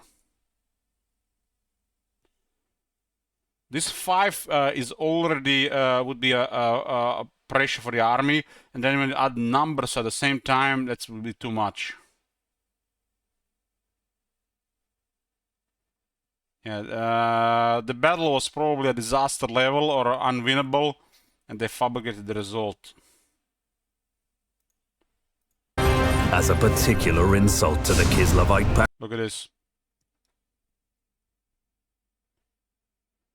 This looks like an auto-resolve. So the way I see it, he couldn't win the battle. So they did something else here and just auto-resolved. This is an obvious auto-resolve. Can you see how the damage is assigned? The damage is balanced across the army. Nobody taking extra damage, especially the Furies. The ranged units overperformed without taking any casualties. This is auto-resolve. That original battle was probably way too hard, so they created a result where they could auto-resolve the battle. This is auto-resolve. I bet you anything in the world. Bet both my balls this was auto-resolved. We'll use Castle Alexandrinov as our staging ground to launch our invasion of the motherland, building a settlement in Nurgle's name on the castle's ruins. Kostaltin with that much armor is really hard to kill in a siege. You guys remember how hard was those Kislev sieges with no armor? That battle was probably not even winnable on normal for them. Because the towers were crazy. Delve deeper. You have no armor, towers just kill your army. Into our campaign, the four gods attempt to earn our favor by showering us with gifts. Khorne gives us bloodletting. And now continues with a different army here that has no Furies. Oh man. Which provides boons for continuous slaughter. The more battles won in a They sold their intelligence here. Who the hell is target audience here? turn, the higher the bloodletting. But if the blood stops flowing, we suffer penalties to our growth and melee attack. This is the CA I know, guys. Auto-resolve. Pyrrhic, 50-50. Oh shit, we fight. Oh shit, we lose. They played Clan Rictus once after they removed 50-50. And they were doing literally every battle because there was no longer everything was 50-50 and they couldn't even win anything. Disaster level battles. Literally every battle was a fight for their lives. Just because they could no longer out-resolve.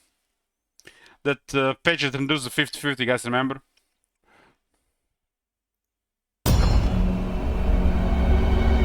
Siege has given us the teleportation stance, which allows us to bypass blockades and gives immunity to most attrition.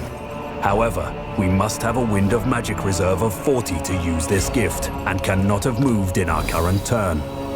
Nurgle's gift is switchable plagues. Each foul contagion comes with... Hell?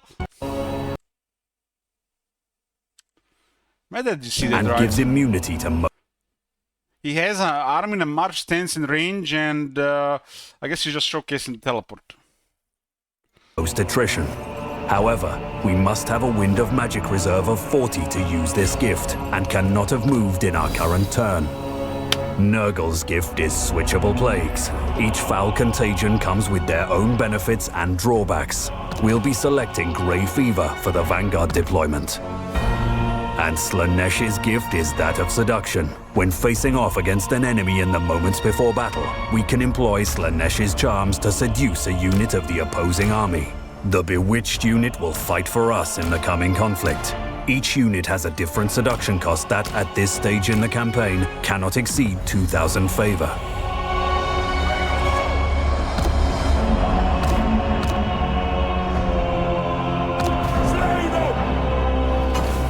We'll be using these gifts to our tactical advantage as we march ever closer to Prague. The Tsarina appears weakened, perhaps by wars already hard fought. The perfect time to end her reign.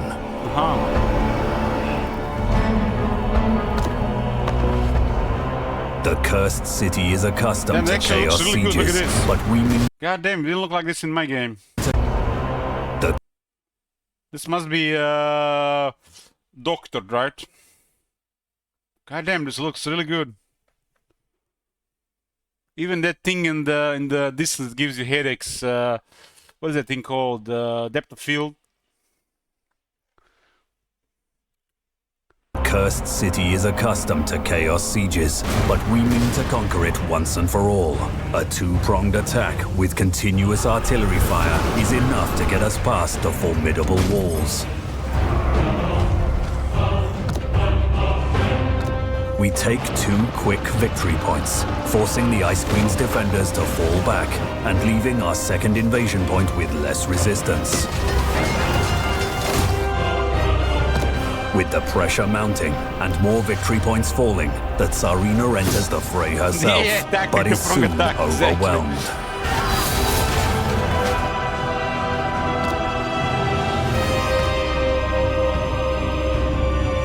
The Ice Queen melts beneath the onslaught of the Demon Prince, and Prague's fall is all but assured. To destroy the last of the defenders' morale, we call upon the Sword of Khorne and shatter any remaining morsel of hope. This is just a video to boost sales of the game before the game gets released. The shield has crumbled, and the rest of the mortal world is ripe for the taking. What the hell?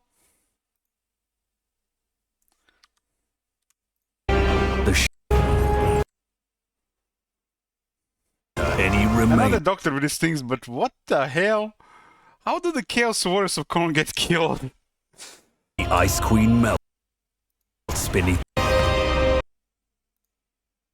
Look at this, 88, 77. These units are really hard to kill. They're some of the toughest units, really hard to kill. They're also slow, so they engage the enemy last. Must have been an auto-resolve again. And Prague's fall is all but assured. And shield has crumbled.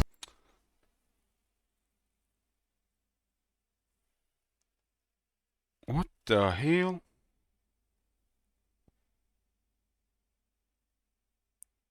I haven't noticed these things before, but what is going on here? This looks like a different battle.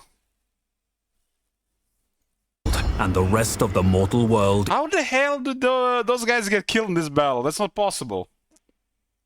Is ripe for the taking. Chaos lives here. We'll raise a second army, recruiting from a pool of Blood Reapers, Plague-ridden, Alluresses, and Iridescent Horrors to both protect our new lands and to squash the ever-arrogant Empire of Man in the south. For our Demon Prince, a new threat emerges. Temporary rifts into the Chaos realms have opened. I'm out of here. Now the rifts. Yeah, it's as cringe as I remember.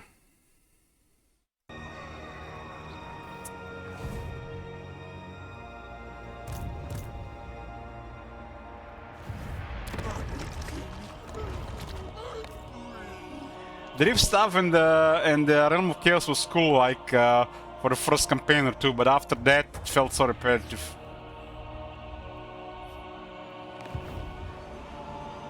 I guess that was the target audience for the Realm of Chaos, people who just played 2 campaigns. Virulence indeed.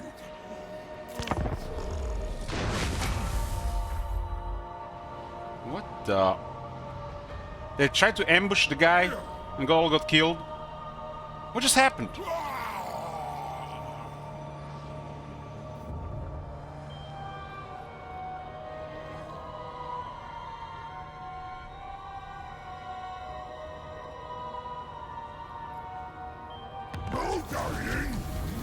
Got monstrous abundance. Infantry, I'll get higher rank on recruitment and more speed.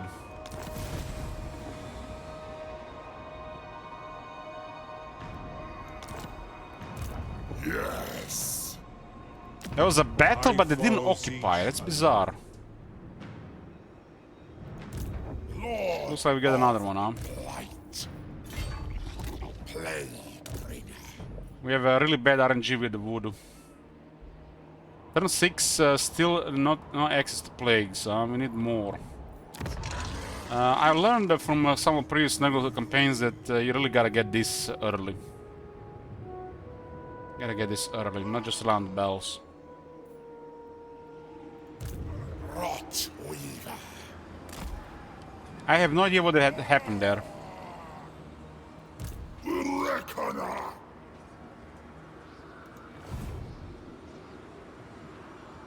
Flies are Nurgle's eyes.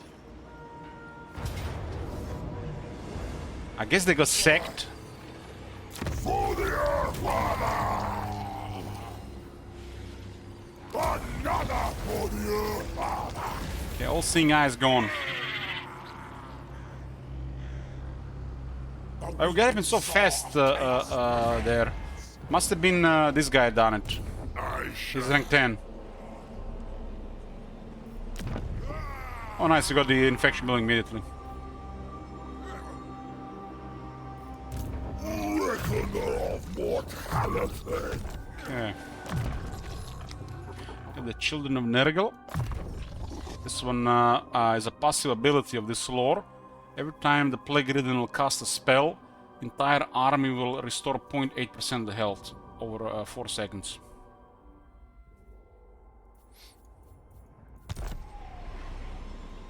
Very well. Bring ruin. This guy was supposed to capture this one immediately and go for this one, but he went for this one because we would not had one turn earlier. So he lost 1 turn moving here instead. So I guess it is what it is. Such potency. Income is a little bit. Okay, we actually got the first cycle completed. So now in the capital,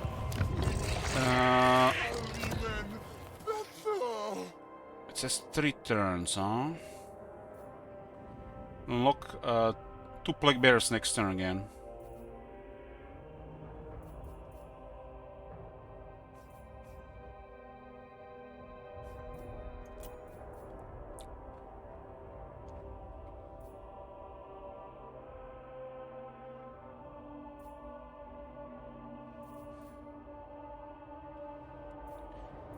Yeah, definitely one more of these infections per turn.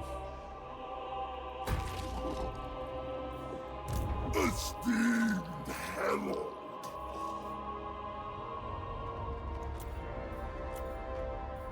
Do we have any cults in the world? No, not like a single cult in the world.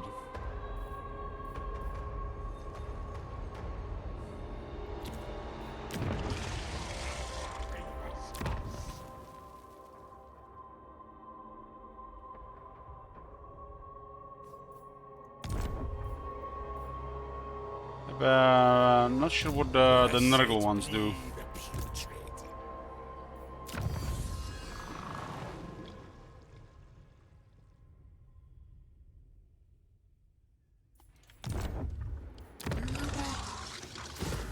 This is 7 turns though.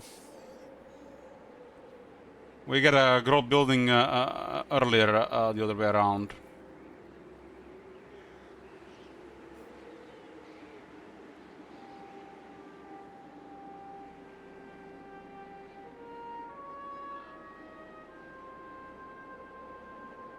This is 4 and 5.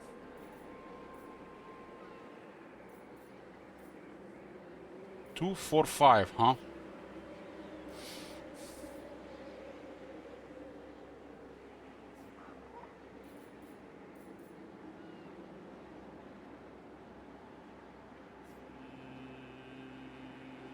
No, this is too long. We'll just get others to tier 2 first. We We missed 2 buildings for way too long.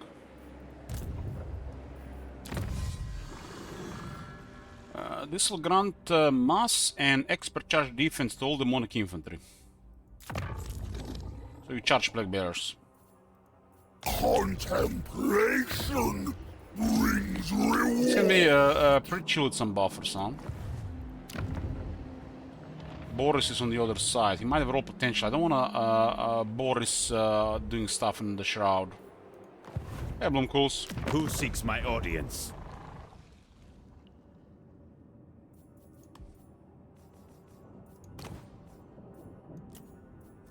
Hellish. Nothing happening here. Okay. We'll see on the other side. We are very close to 200 infections. The reaping saw of chaos. I like the idea of going east. We can still get more troops. Both sides seem secure right now.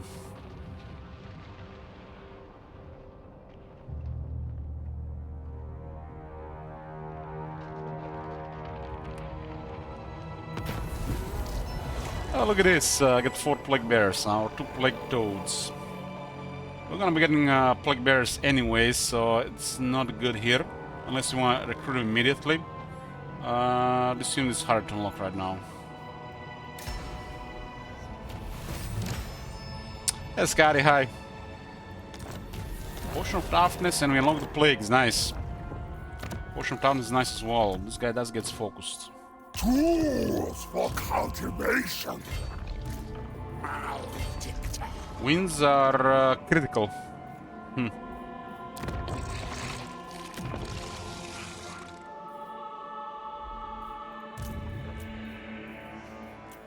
This is nice.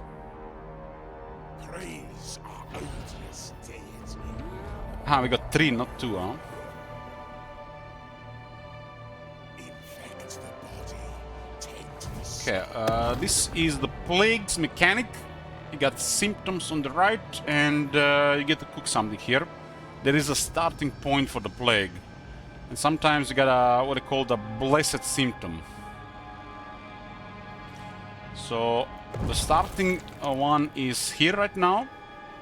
Replenishment and attrition. There's a one positive effect, one negative effect. Positive for you, negative for the enemy. Then you can cook the chances, duration, and immunity stuff. And the more you cook with it, the more expensive it is.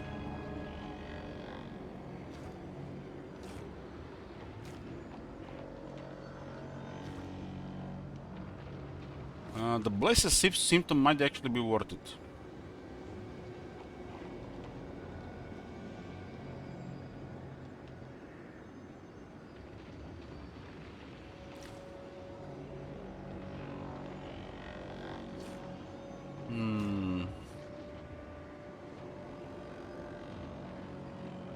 We do have 2 armies, so we can keep bouncing it, right? That's also very important for having 2 armies.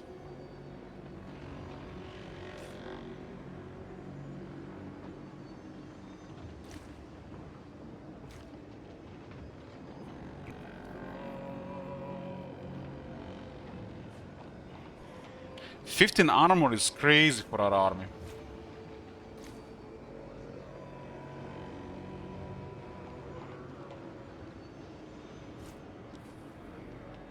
I think we're gonna attempt to just bounce it around. Because you can make sure one unit is always plagued and sync it adjust it at 1 turn difference and just move things around to keep making sure the plague stays. So you create 1 plague that you maintain for literally for we could maintain for the rest of the game if you wanted to.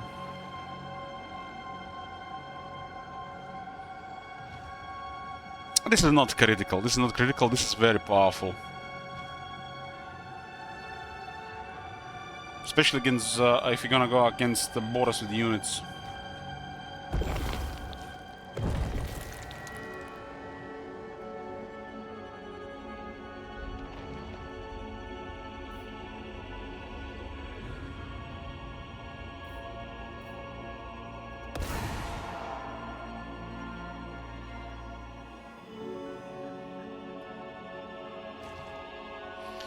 When you're using plagues with either Nurgle or clan Pestilence, you gotta make sure to maintain the plague. That's the part of the mechanic. Maintain the plague by having multiple forces. And if we're gonna maintain the plague with get the guy that is falling around, do we need to adjust this? It's gonna cost 200.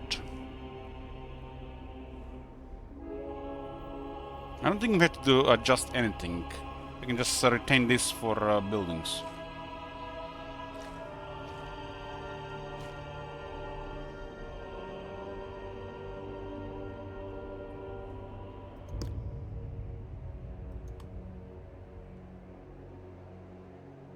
Because if the enemy gets infected,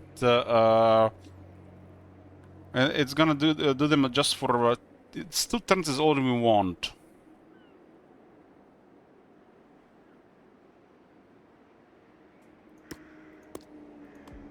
Can actually put this to 1 turn with his unique skill, huh?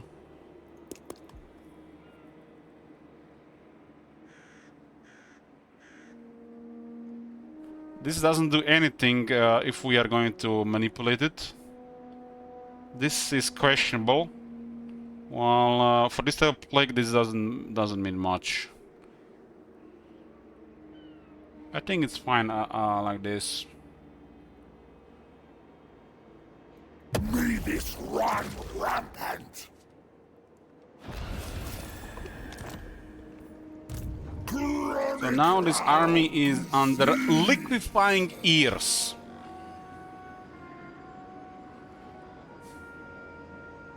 Well, the infections are currently spare, so it's not 50, I don't think it's worth 50. So the entire army gets additional 15 armor, 4 defense, and 10% replenishment.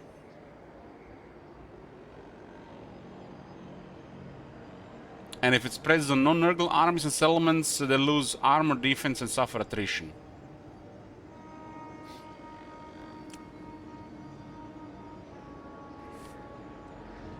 Yeah, it's very expensive right now, Booker is right.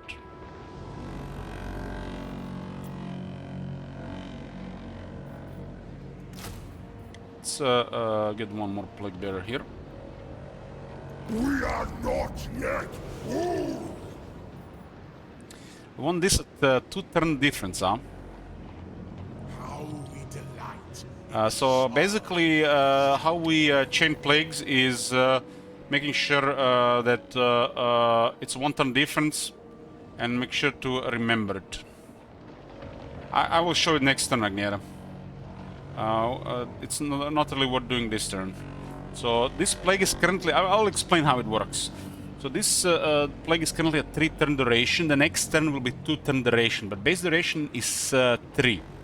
So we'll switch a unit that's affected by the plague to Blow Me Cool's army, and he will gate the base plague with 3 turn duration. The duration of Epidemius' army will be 2, and the Blow Me Cool's army will be 3. Once the plague in Epidemius' army expires, we return the unit or shift the unit again to Epidemius' army, and he gets the base one again for 3 turns. Is that clear? Because we are moving the plague with the infected units.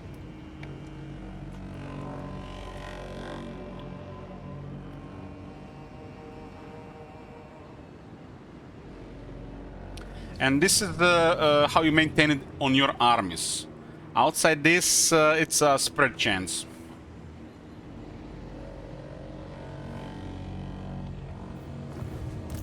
Rot Weaver!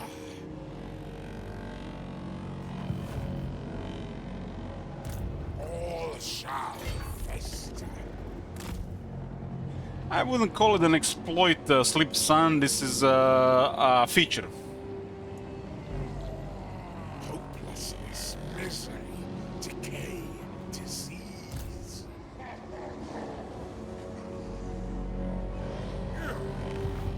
Tallymen! Much work to be done. Let the miasma spread. Corson, we'll go see what Boris is doing now.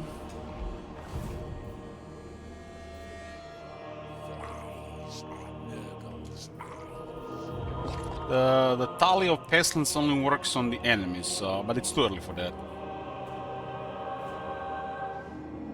You can also use infections to rush circles. There's a follower actually to make the plague version better. Infection. This is 20 infections per turn, and we get some money out of it as well. First the bloody pox, then comes the fevered rage.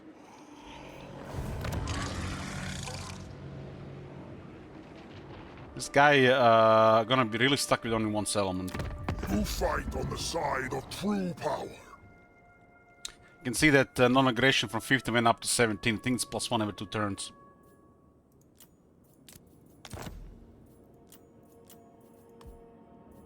This will suffice, Maggotkin. Maggotkin.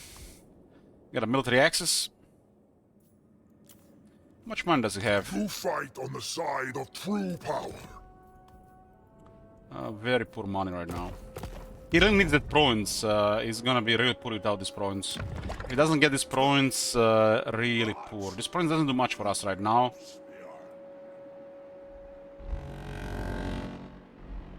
Doesn't do much, especially the Crystal Spires. We really ought to trade this province to them.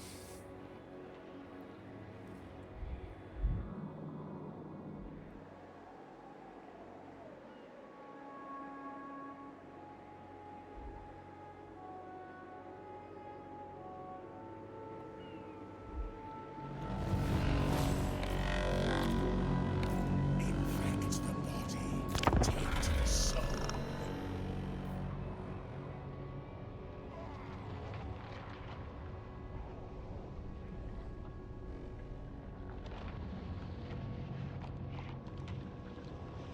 I mean, legendary lords that like us are really good to keep around. We don't have many friends in the world. This is really good to keep around. If he goes later on with the armies and teleport stance, is one of the stronger factions.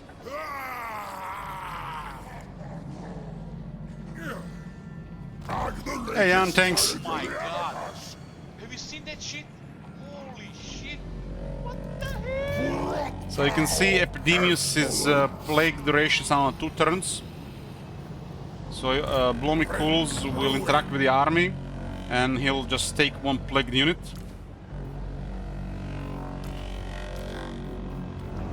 And now, since this unit is under the effects of the plague spreads to the army, and the plague itself goes back to base of 3 turns, but it also lowers the spread chance to non-Nurgle stuff.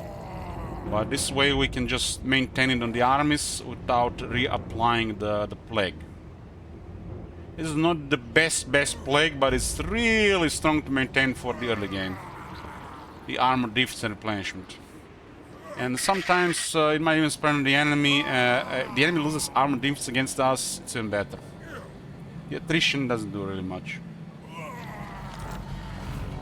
Play counter. Now that we have extra stuff, we have to wait 2 turns up.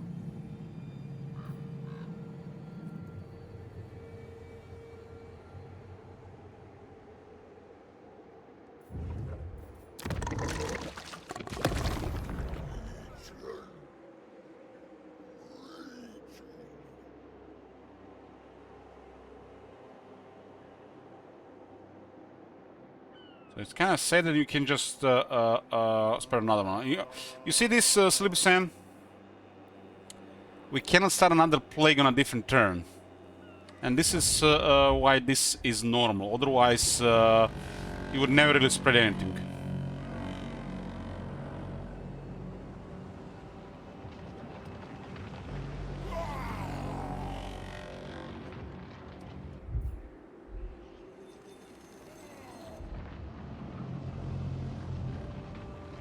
My work is vital. Play bravely.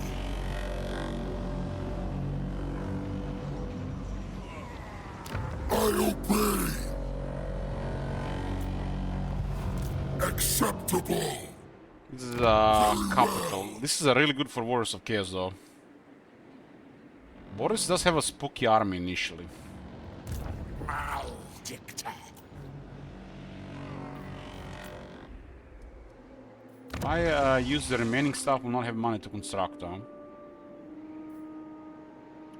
Hey, Disco. Korn's edict. Plague thing. Sad destruction. This is a good experience, so we're gonna talk.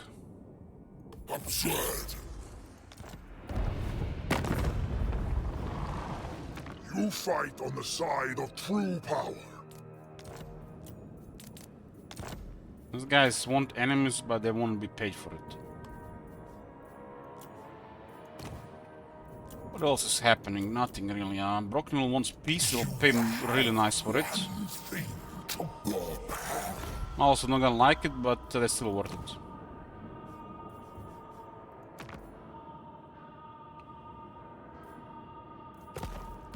Totally expect conflict miles, but right now it's good.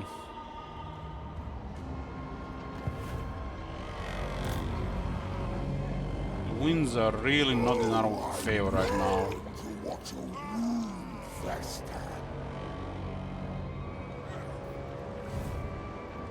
I bring despair. Face to face is best.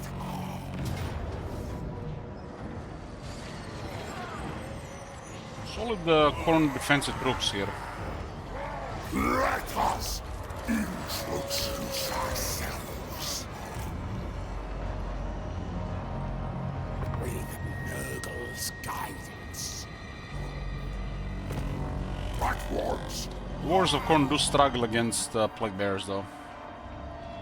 To conflict disciples. Yeah, this is a pretty good Khorne garrison. Let's put a prediction for this fight. This could be a solid bloody point.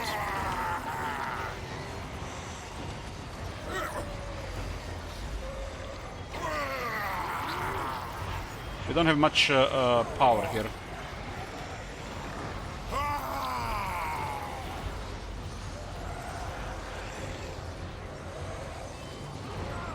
I mean, if they apply this garrison right, they can cause critical damage, really. We could lose half our army. They rarely do.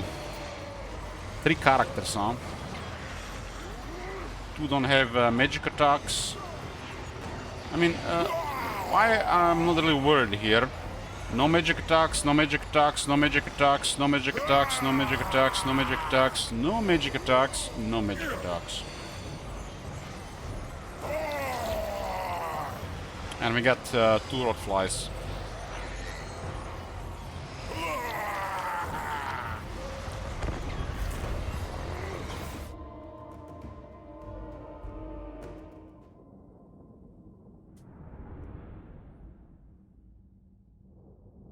No magic attacks.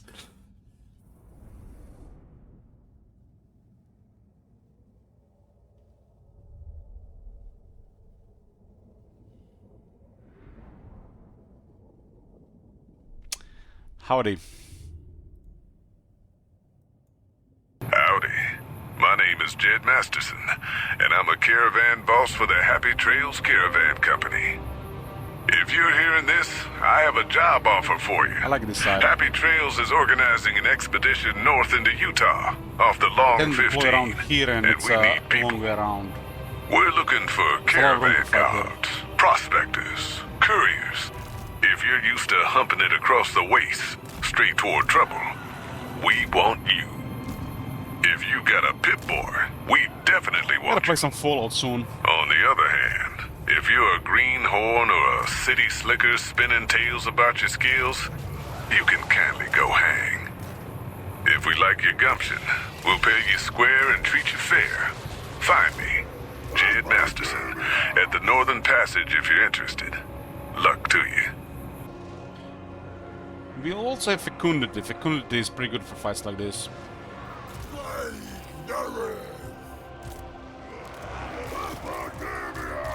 I'm gonna risk my guy there. I totally expect high damage here, unless they mess up deployment.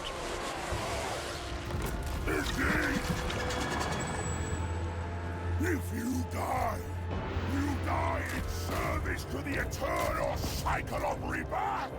That Nurgle cherish. In my opinion, Nurgle is on the best parts of Warhammer 3.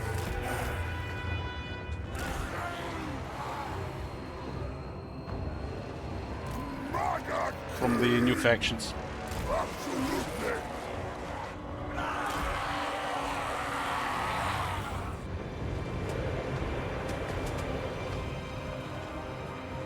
The Tallymen! Swords! Everything's really put against the door. Should maybe go deal with the Furies. Because the Furies actually have major. They are already dead demons. What else? Marauders? The units can get bugged in the wall though.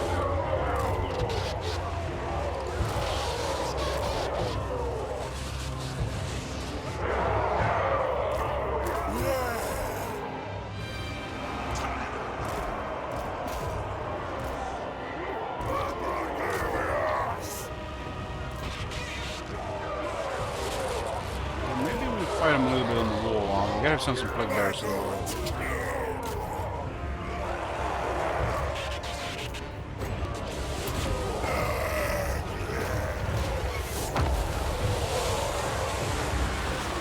Do a slightly better charge there. Do a better charge on the left.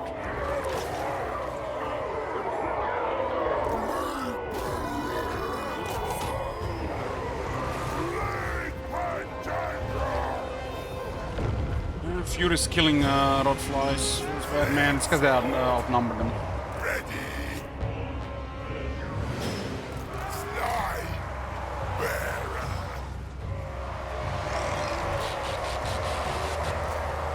We got a better charge on the left, but we are losing on the left.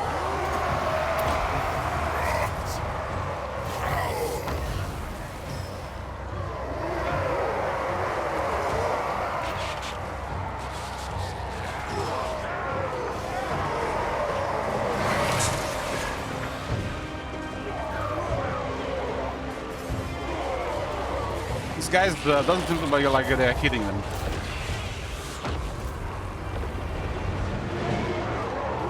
It's gonna be awfully close, way too high damage. Belongs to Nurgle now. This guy's bugged inside, I guess he's dead. Things get bugged.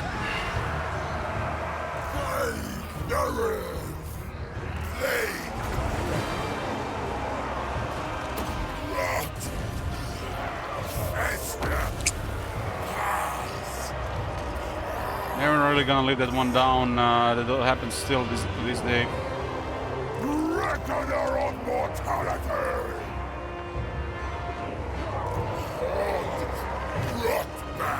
He got pushed through the door and now he's gonna get killed. That's the worst thing that can happen, losing a hero in a siege. Because he didn't have a crazy trade.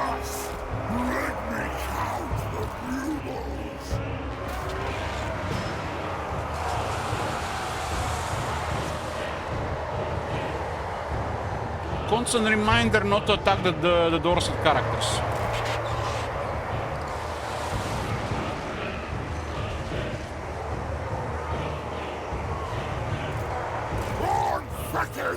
The door is bugged, nothing we can do about it.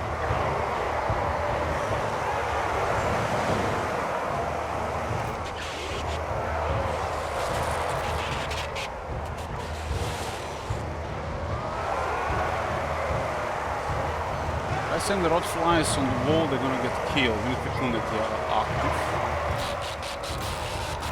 But it is what it is.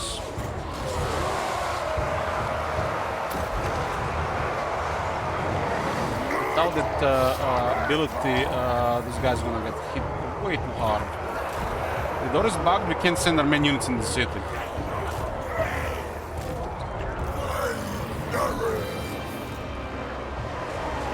This is actually really bad.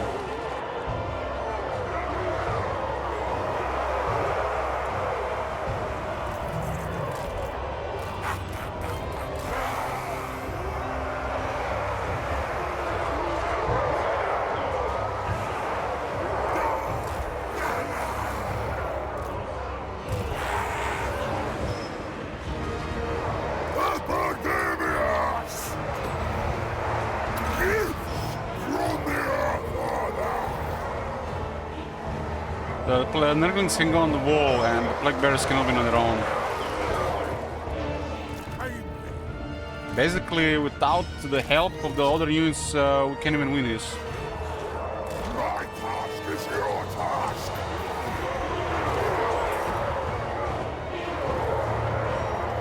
We need that ability a couple more times so we can heal the army about 10%. Embrace the pestilence. I'll imagine the rest of the army that happens what happens.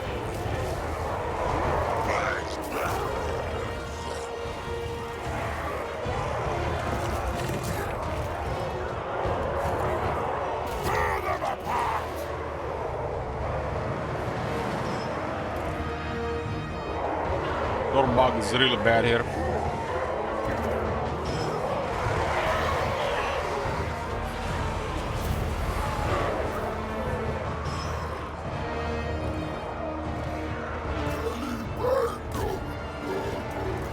No Children of Nurgle, we missed massive debuffs here and quite a bit of healing.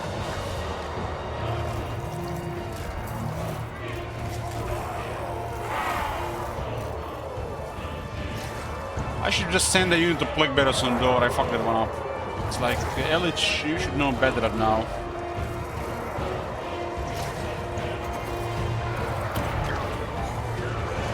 Fecundity is helping here though. We can't expect the door bug to ever not trigger, so we always have to play against it.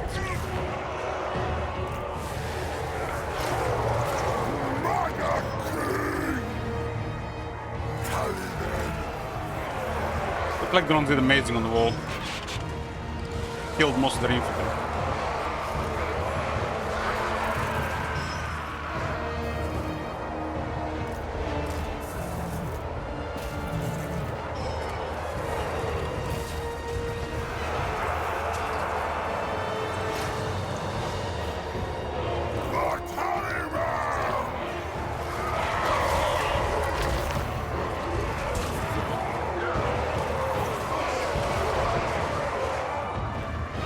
Almost feel set to put them in harm's way here at this point. Go back in the air. Just need to give them one order out of the way and they'll go back in the air. These units are precious right now to sacrifice there. They've done an amazing job here. They killed 300 infantry here. You don't see the kills, but you can see the corpses all around the city. They died to full damage. See all this on the ground? This is all done by the Rotflies. If this was the OG Rotflies, they'd be dead to low leadership, but they got leadership buff a while back. Sucks losing all these Plague Bears, but I guess we'll get new ones.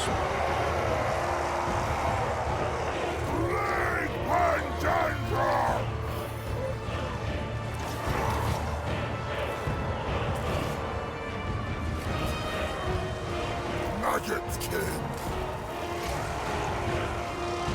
Nugget King! Fecundity did a very good job here. God's bearers! Reckoner of mortality!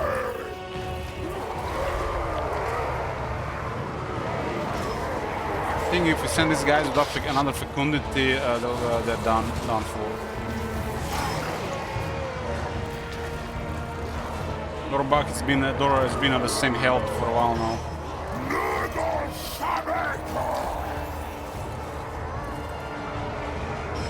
Those guys are doing a great job though. Shame no way to support them anymore. I feel like the bears are expendable. It's hard to get new Rotflies right now.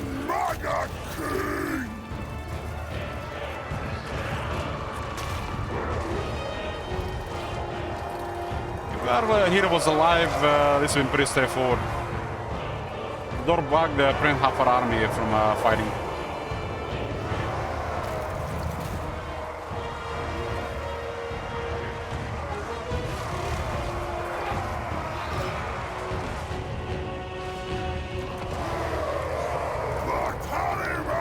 Nurgle is supposed to be dying, not the other units.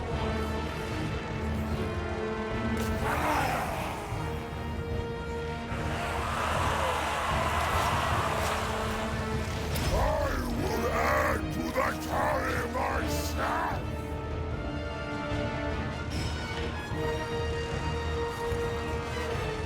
Well, others can handle even the plague bears, but not the exalted plague bears. An embedded canker!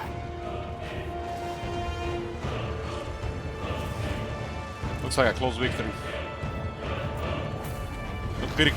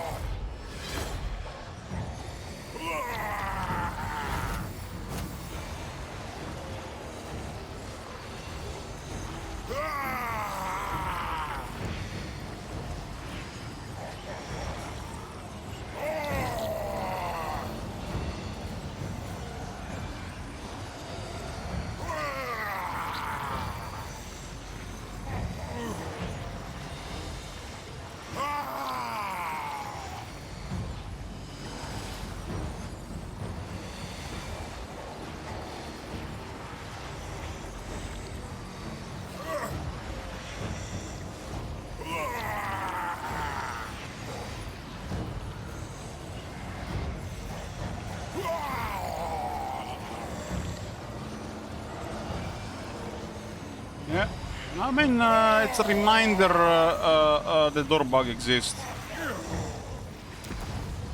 Now we definitely have to get the hero buildings. Now we can go for Boris.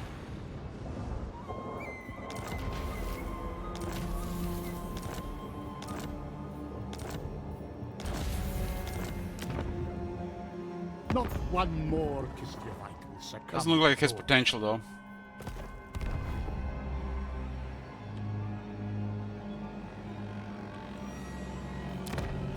Epidemius!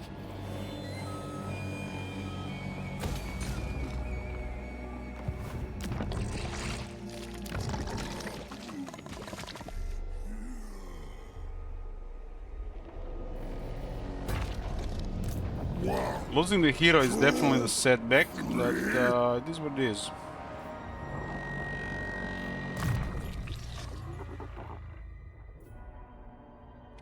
Yeah, the slime trail assembles the beast of Nurgle.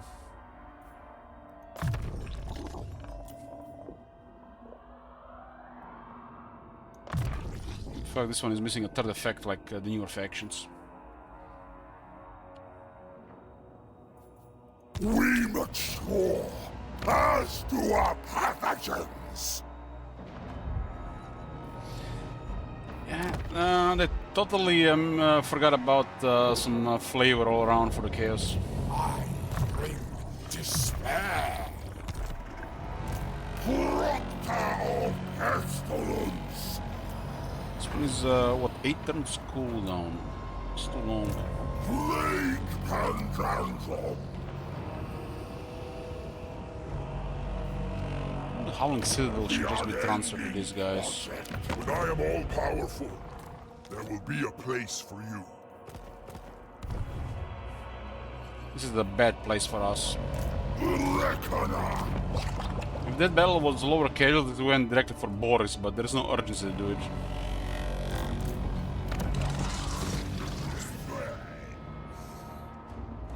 When I am all powerful, there will be a place for you. We'll go military lines immediately. Howling Citadel. This will...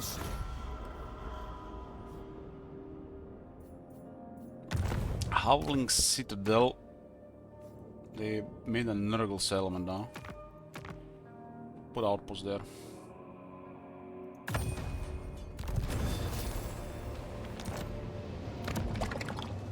We'll see how active Boris is. Father Ursun wants an example made of you. He's aggressive, already trading with Malachi.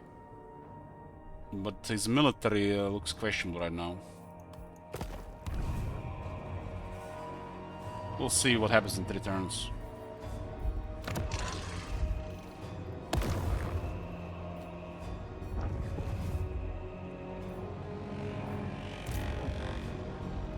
Never are we slaughtered in vain. Next cycle is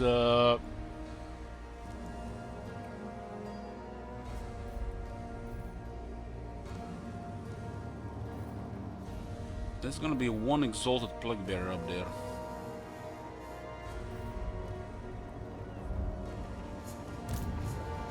We don't only want Nurglings in the army, they're really poor. Can't even climb walls.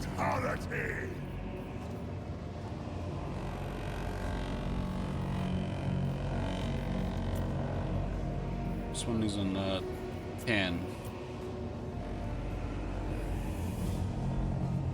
This guy's gonna be good for a field battle, but we only have 3.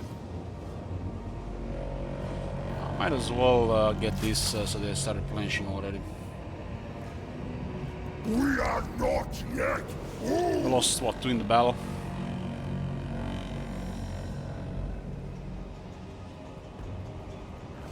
Their survivors will not live long.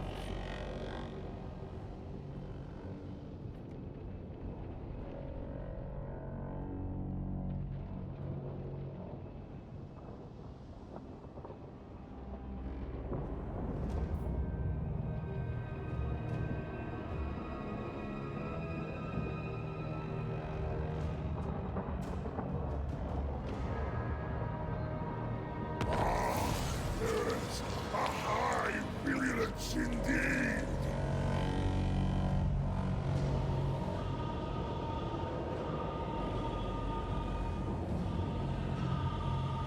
Kill 3,000 enemies in battle and we get a purveyor of mortality. 5,000, pretty straightforward.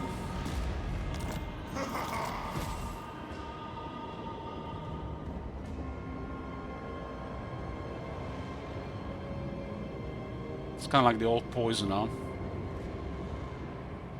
On the stage 3.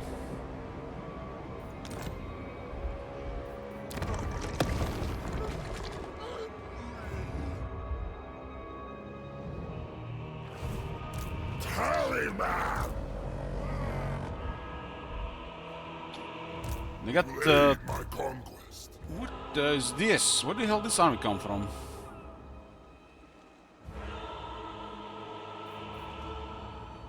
Zinch Herald got a bunch of Marauders of Corn. 4 regiments are now already here. I cannot be stopped. Chronicler of disease.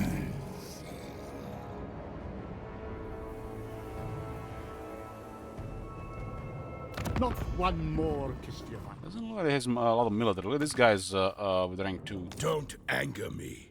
When I'm angry, That looks like potential.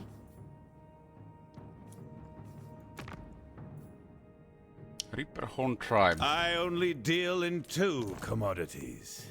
Wealth and power. You know those guys that are in Nagarot.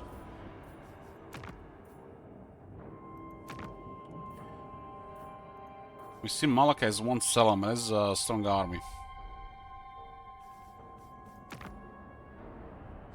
Boris aggressive. I think it's 3 turns now with an enemy. You won't like me when I'm angry or hungry. Brotherhood of the Bear, 1 settlement. These guys are Archeon starting enemy. These guys are the Rompsman clan. I will hear you. Let's find somewhere quiet to talk. Get more money from them. These are Brotherhood of the Bear. I don't see Malekith. I'm not worried Malaka yet. We could get some money here as well. 1600 even, but we could also just surprise his city.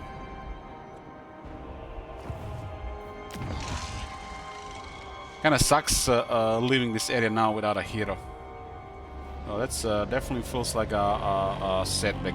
We have no magic in the arm right now. Reckoner of mortality.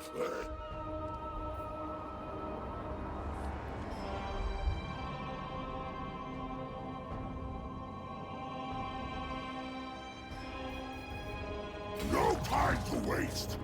Where are the maladies?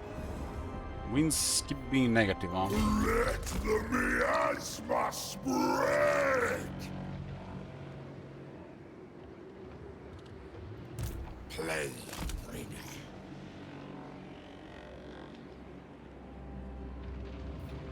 It'll also be annoying and spread the plagues and effects you gotta kill. This one actually wouldn't even care for a plague. The supreme god. Next turn we can get the hero building here, I think.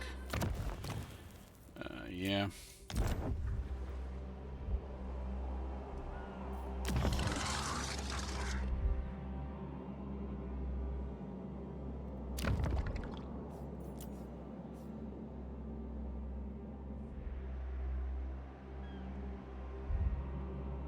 Thinking of just giving these guys these two settlements so they look like this area looks way more fitting. What is this? 8 unit guards are still replenishing. This could be a battle here as well.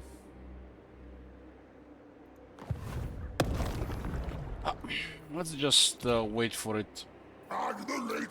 Go for the hero. We just lost our momentum because of that hero getting killed. So we're getting more advanced spells unlocked, skills, so we had to get a fresh one.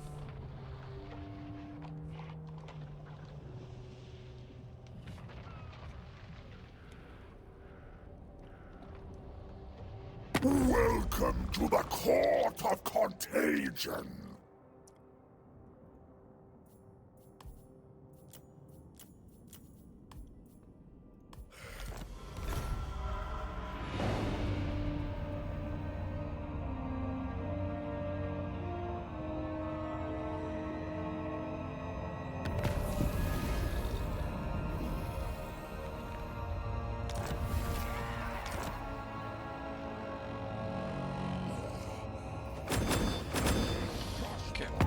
Going on? Seems pretty passive here considering our military strength. These guys have potential. Malus has potential. Boris doesn't seem to have potential, and 3 turns nothing sees aggressive, huh? This is looks like a very high potential. Choose your words carefully. I love to see a Wolfer with high potential.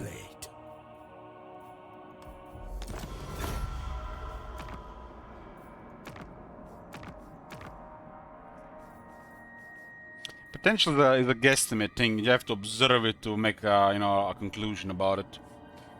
But right now, if you look at this, the highest potential is Wolfric, right? But the question is, did we see the Wolfric in the first 7 turns?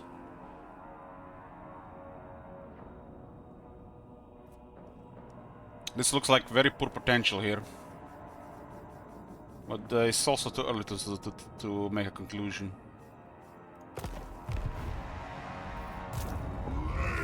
Counter.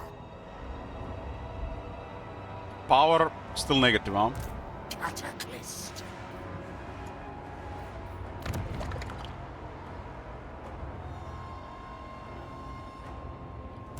Proctor of Pestilence.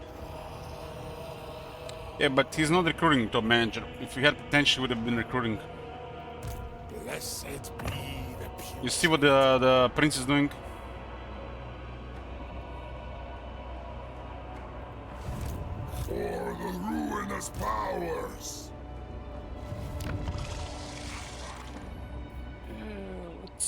see. Plague Ridden is here. 2 turns for this building.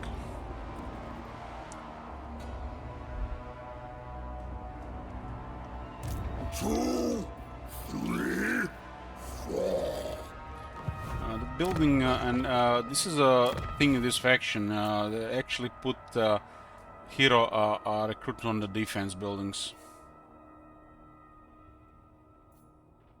This one is still really underwhelming. Likes like a wall of text, but really underwhelming. Just basically to get a hero going. Well, this one is solid.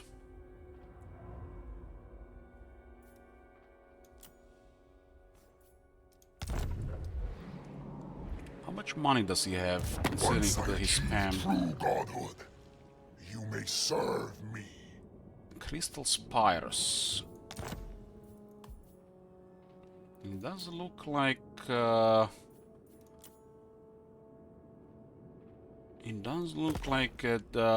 he's just gonna be getting units right now. If he doesn't get more settlements, he might not be able to keep this one up. Praise our odious deity.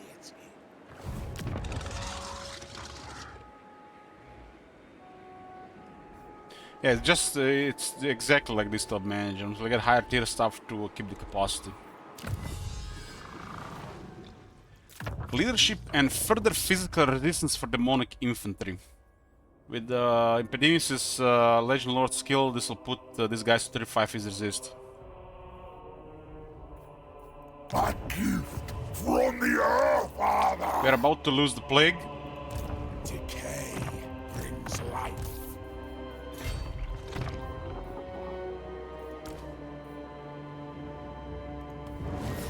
And it's refreshed. The only thing that went down is the spread chance, but it doesn't really matter for this type of plague. This plague is mainly for your army.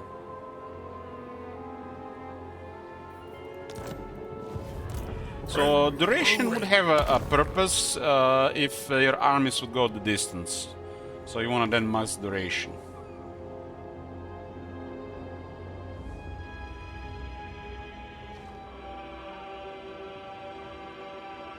We can still get the growth on.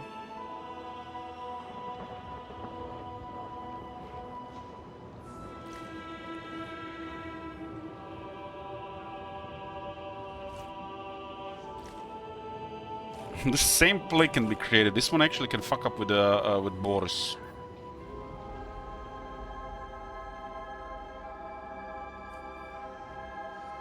Got what, 295. All shall fester.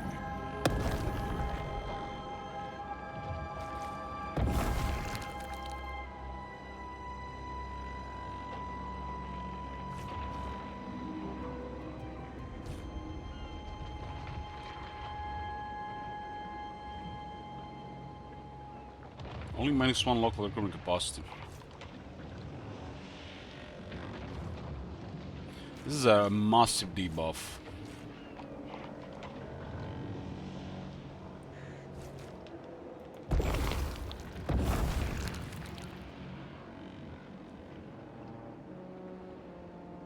We can also get growth in our own settlement.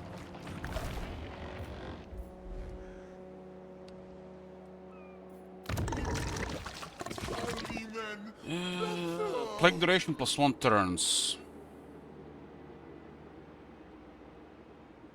But we lose 20 growth.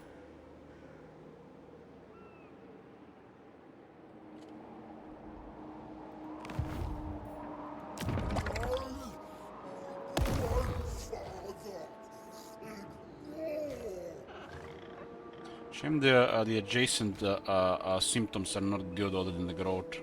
But still 50 growth.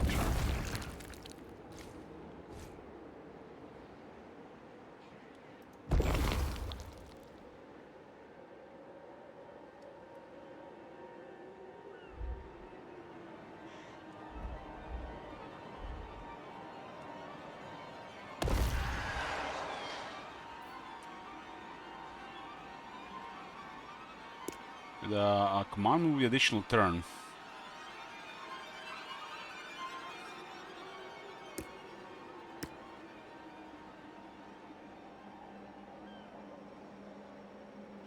If it spreads the entire province, that's 150 growth.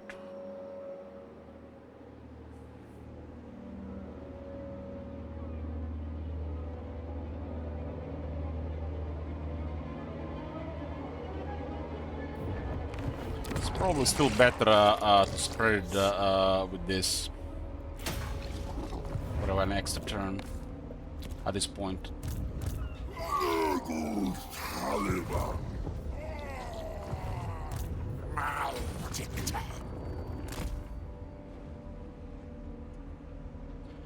6% spread chance, 6% spread chance. Every time it spreads, it goes down.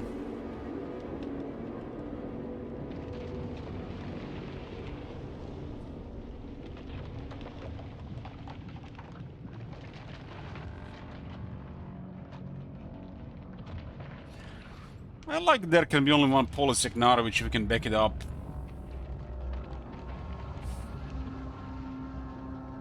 Why go one from the start where you can exploit and abuse others to achieve your ends and then turn on them?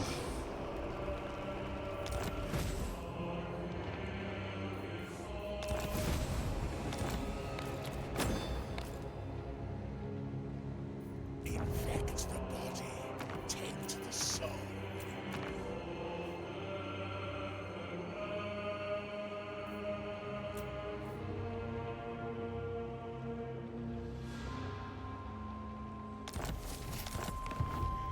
An 11? I can't deliver the mission, so we have a chance to get a better mission. Yeah, this is clearly a very high potential in Wolfric.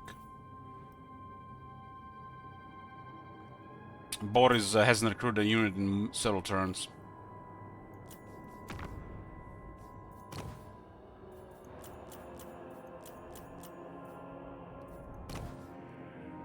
On diplomacy, we're looking for factions that start wars, so we can join wars for money.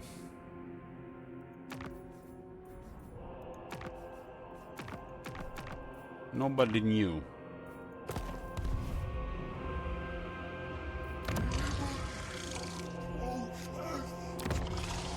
I get a hero next turn, and this will go for the Exalted Plague Bearer. Huh?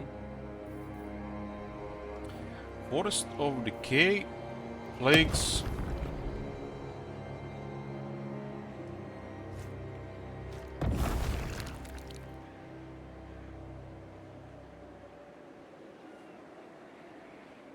This one would be a close upkeep next turn, huh? Next time.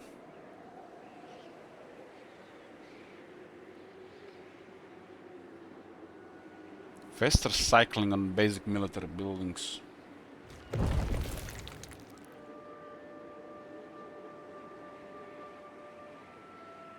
It's also I mean, these things shift around as well.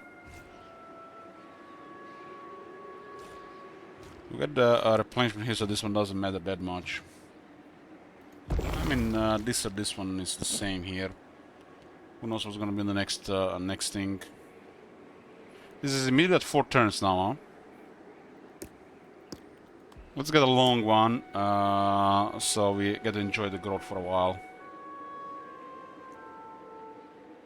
Pathogenesis is complete. So 6 turns for the plague.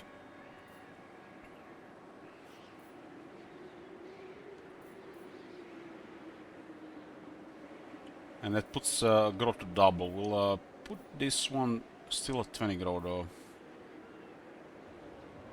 The original plague's at 6. I think it's still gonna be at 6, even if we lose this. Is the wind still corrupt? God damn, the winds are still corrupt. Shall take away our pain.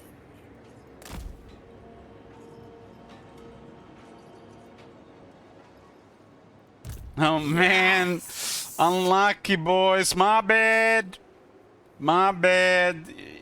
Don't worry, man. The corn guys can fight death. Watches over us.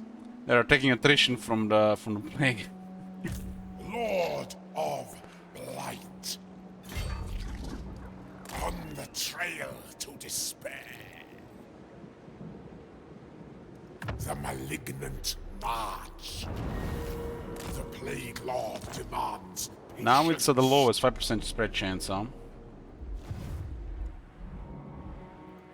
We agree. Non-Nurgle armies suffer penalties from the plague. And we got the Tally at 1, boys. 10% research, we got the buff, we got the debuff. And who we infected? A military ally. Demons of Chaos, by the way. I mean, we infected the Zinch General, so that's fine. Screw him.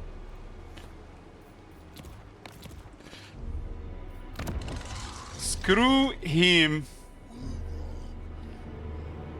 Holy shit, look at the Nurgle corruption. Compare this to Chaos corruption. Chaos corruption is garbage. Talking about the Chaos undivided corruption. Look at this.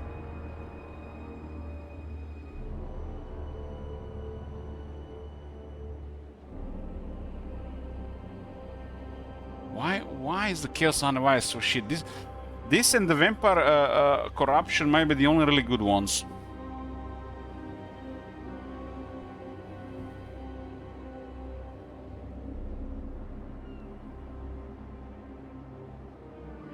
I really think the second, third, and fifth, second, fourth, and fifth effect, my bad, third, fourth, and fifth effect are even are a real high value for 100.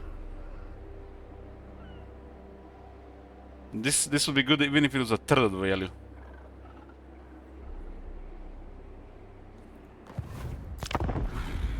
Compared to what other corruptions get. Like, if you put this at a third of the value, it's comparable to Slanesh corruption. Meanwhile, Chaos Army corruption does nothing. I think you should have the strongest attrition at least.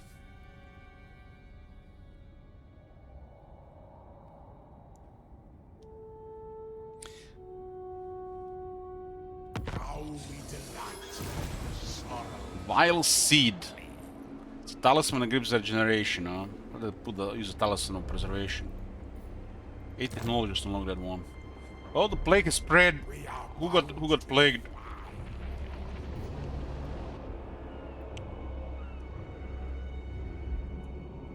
Oh, it's spread on Malus. Wasn't me! Wasn't me! Wash your hands, boys.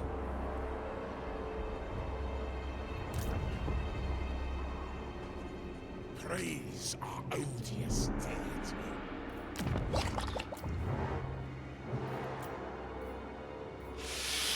Okay, this is nice, but this is even nicer.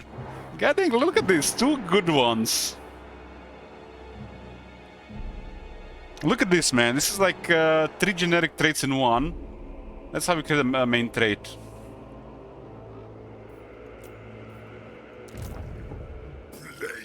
Viper is back.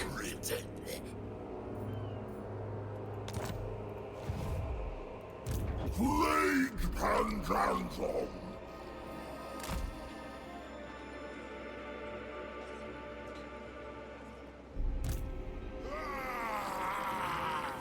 What? Immortal ones. Demons are immortal. He's back. They just manifest again, right?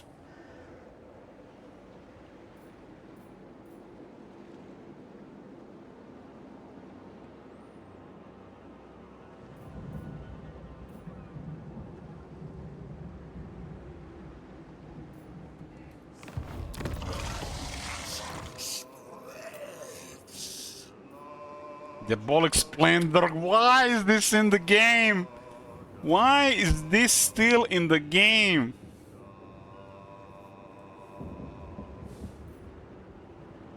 Dark Fury is not even that good and still like miles ahead from this shit.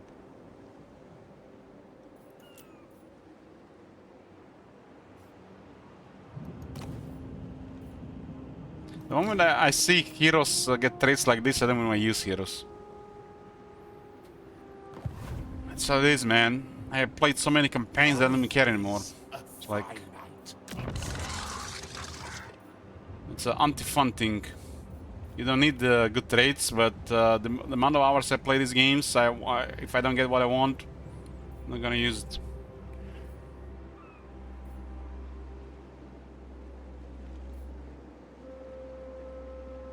Look at the mega growth here.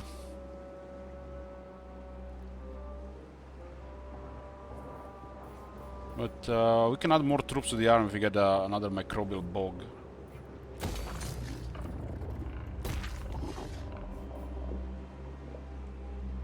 This building is doesn't do anything other than unlocking the hero. It has like a wall of text, but doesn't do anything.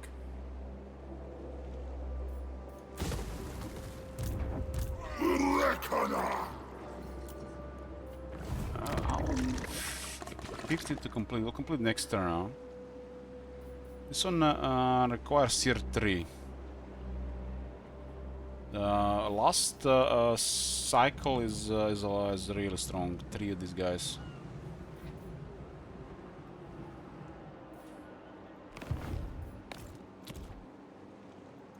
Have new leases.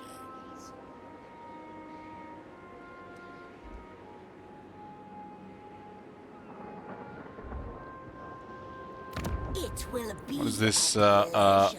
There's no garrison? What the fuck? Where's the garrison at?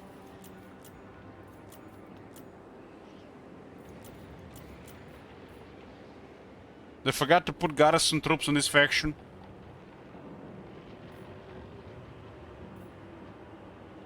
There's no garrison. It just unlocks the recruitment of Nurglings.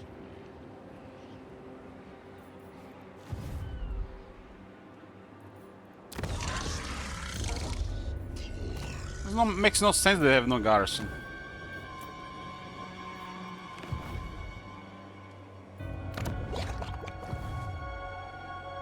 Okay, we'll get those exalted plague bears and move on. We have to destroy Hagrif, Urson, Violence, and Massive Innovation.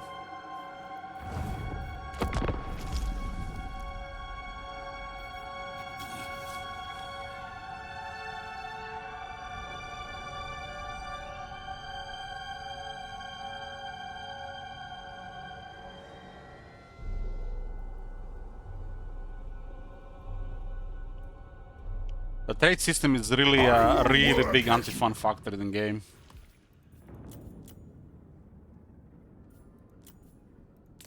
Oh, Skaven got attacked by Boris. Let's join war against Taskisan for a little bit shekels.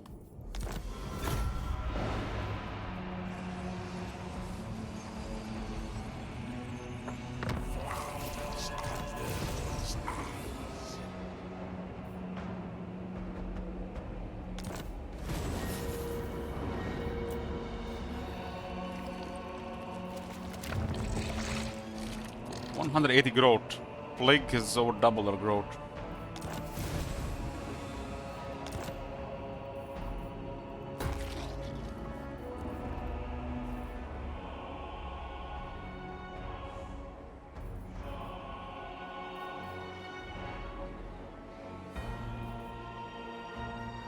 Why does this building exist?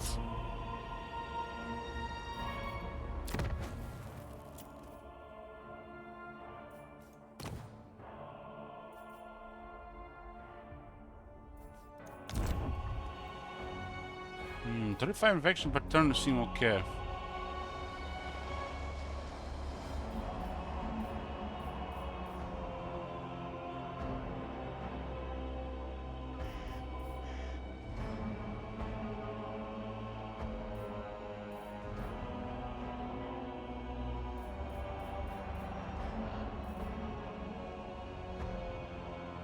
We'll only get this with a plague as it is right now.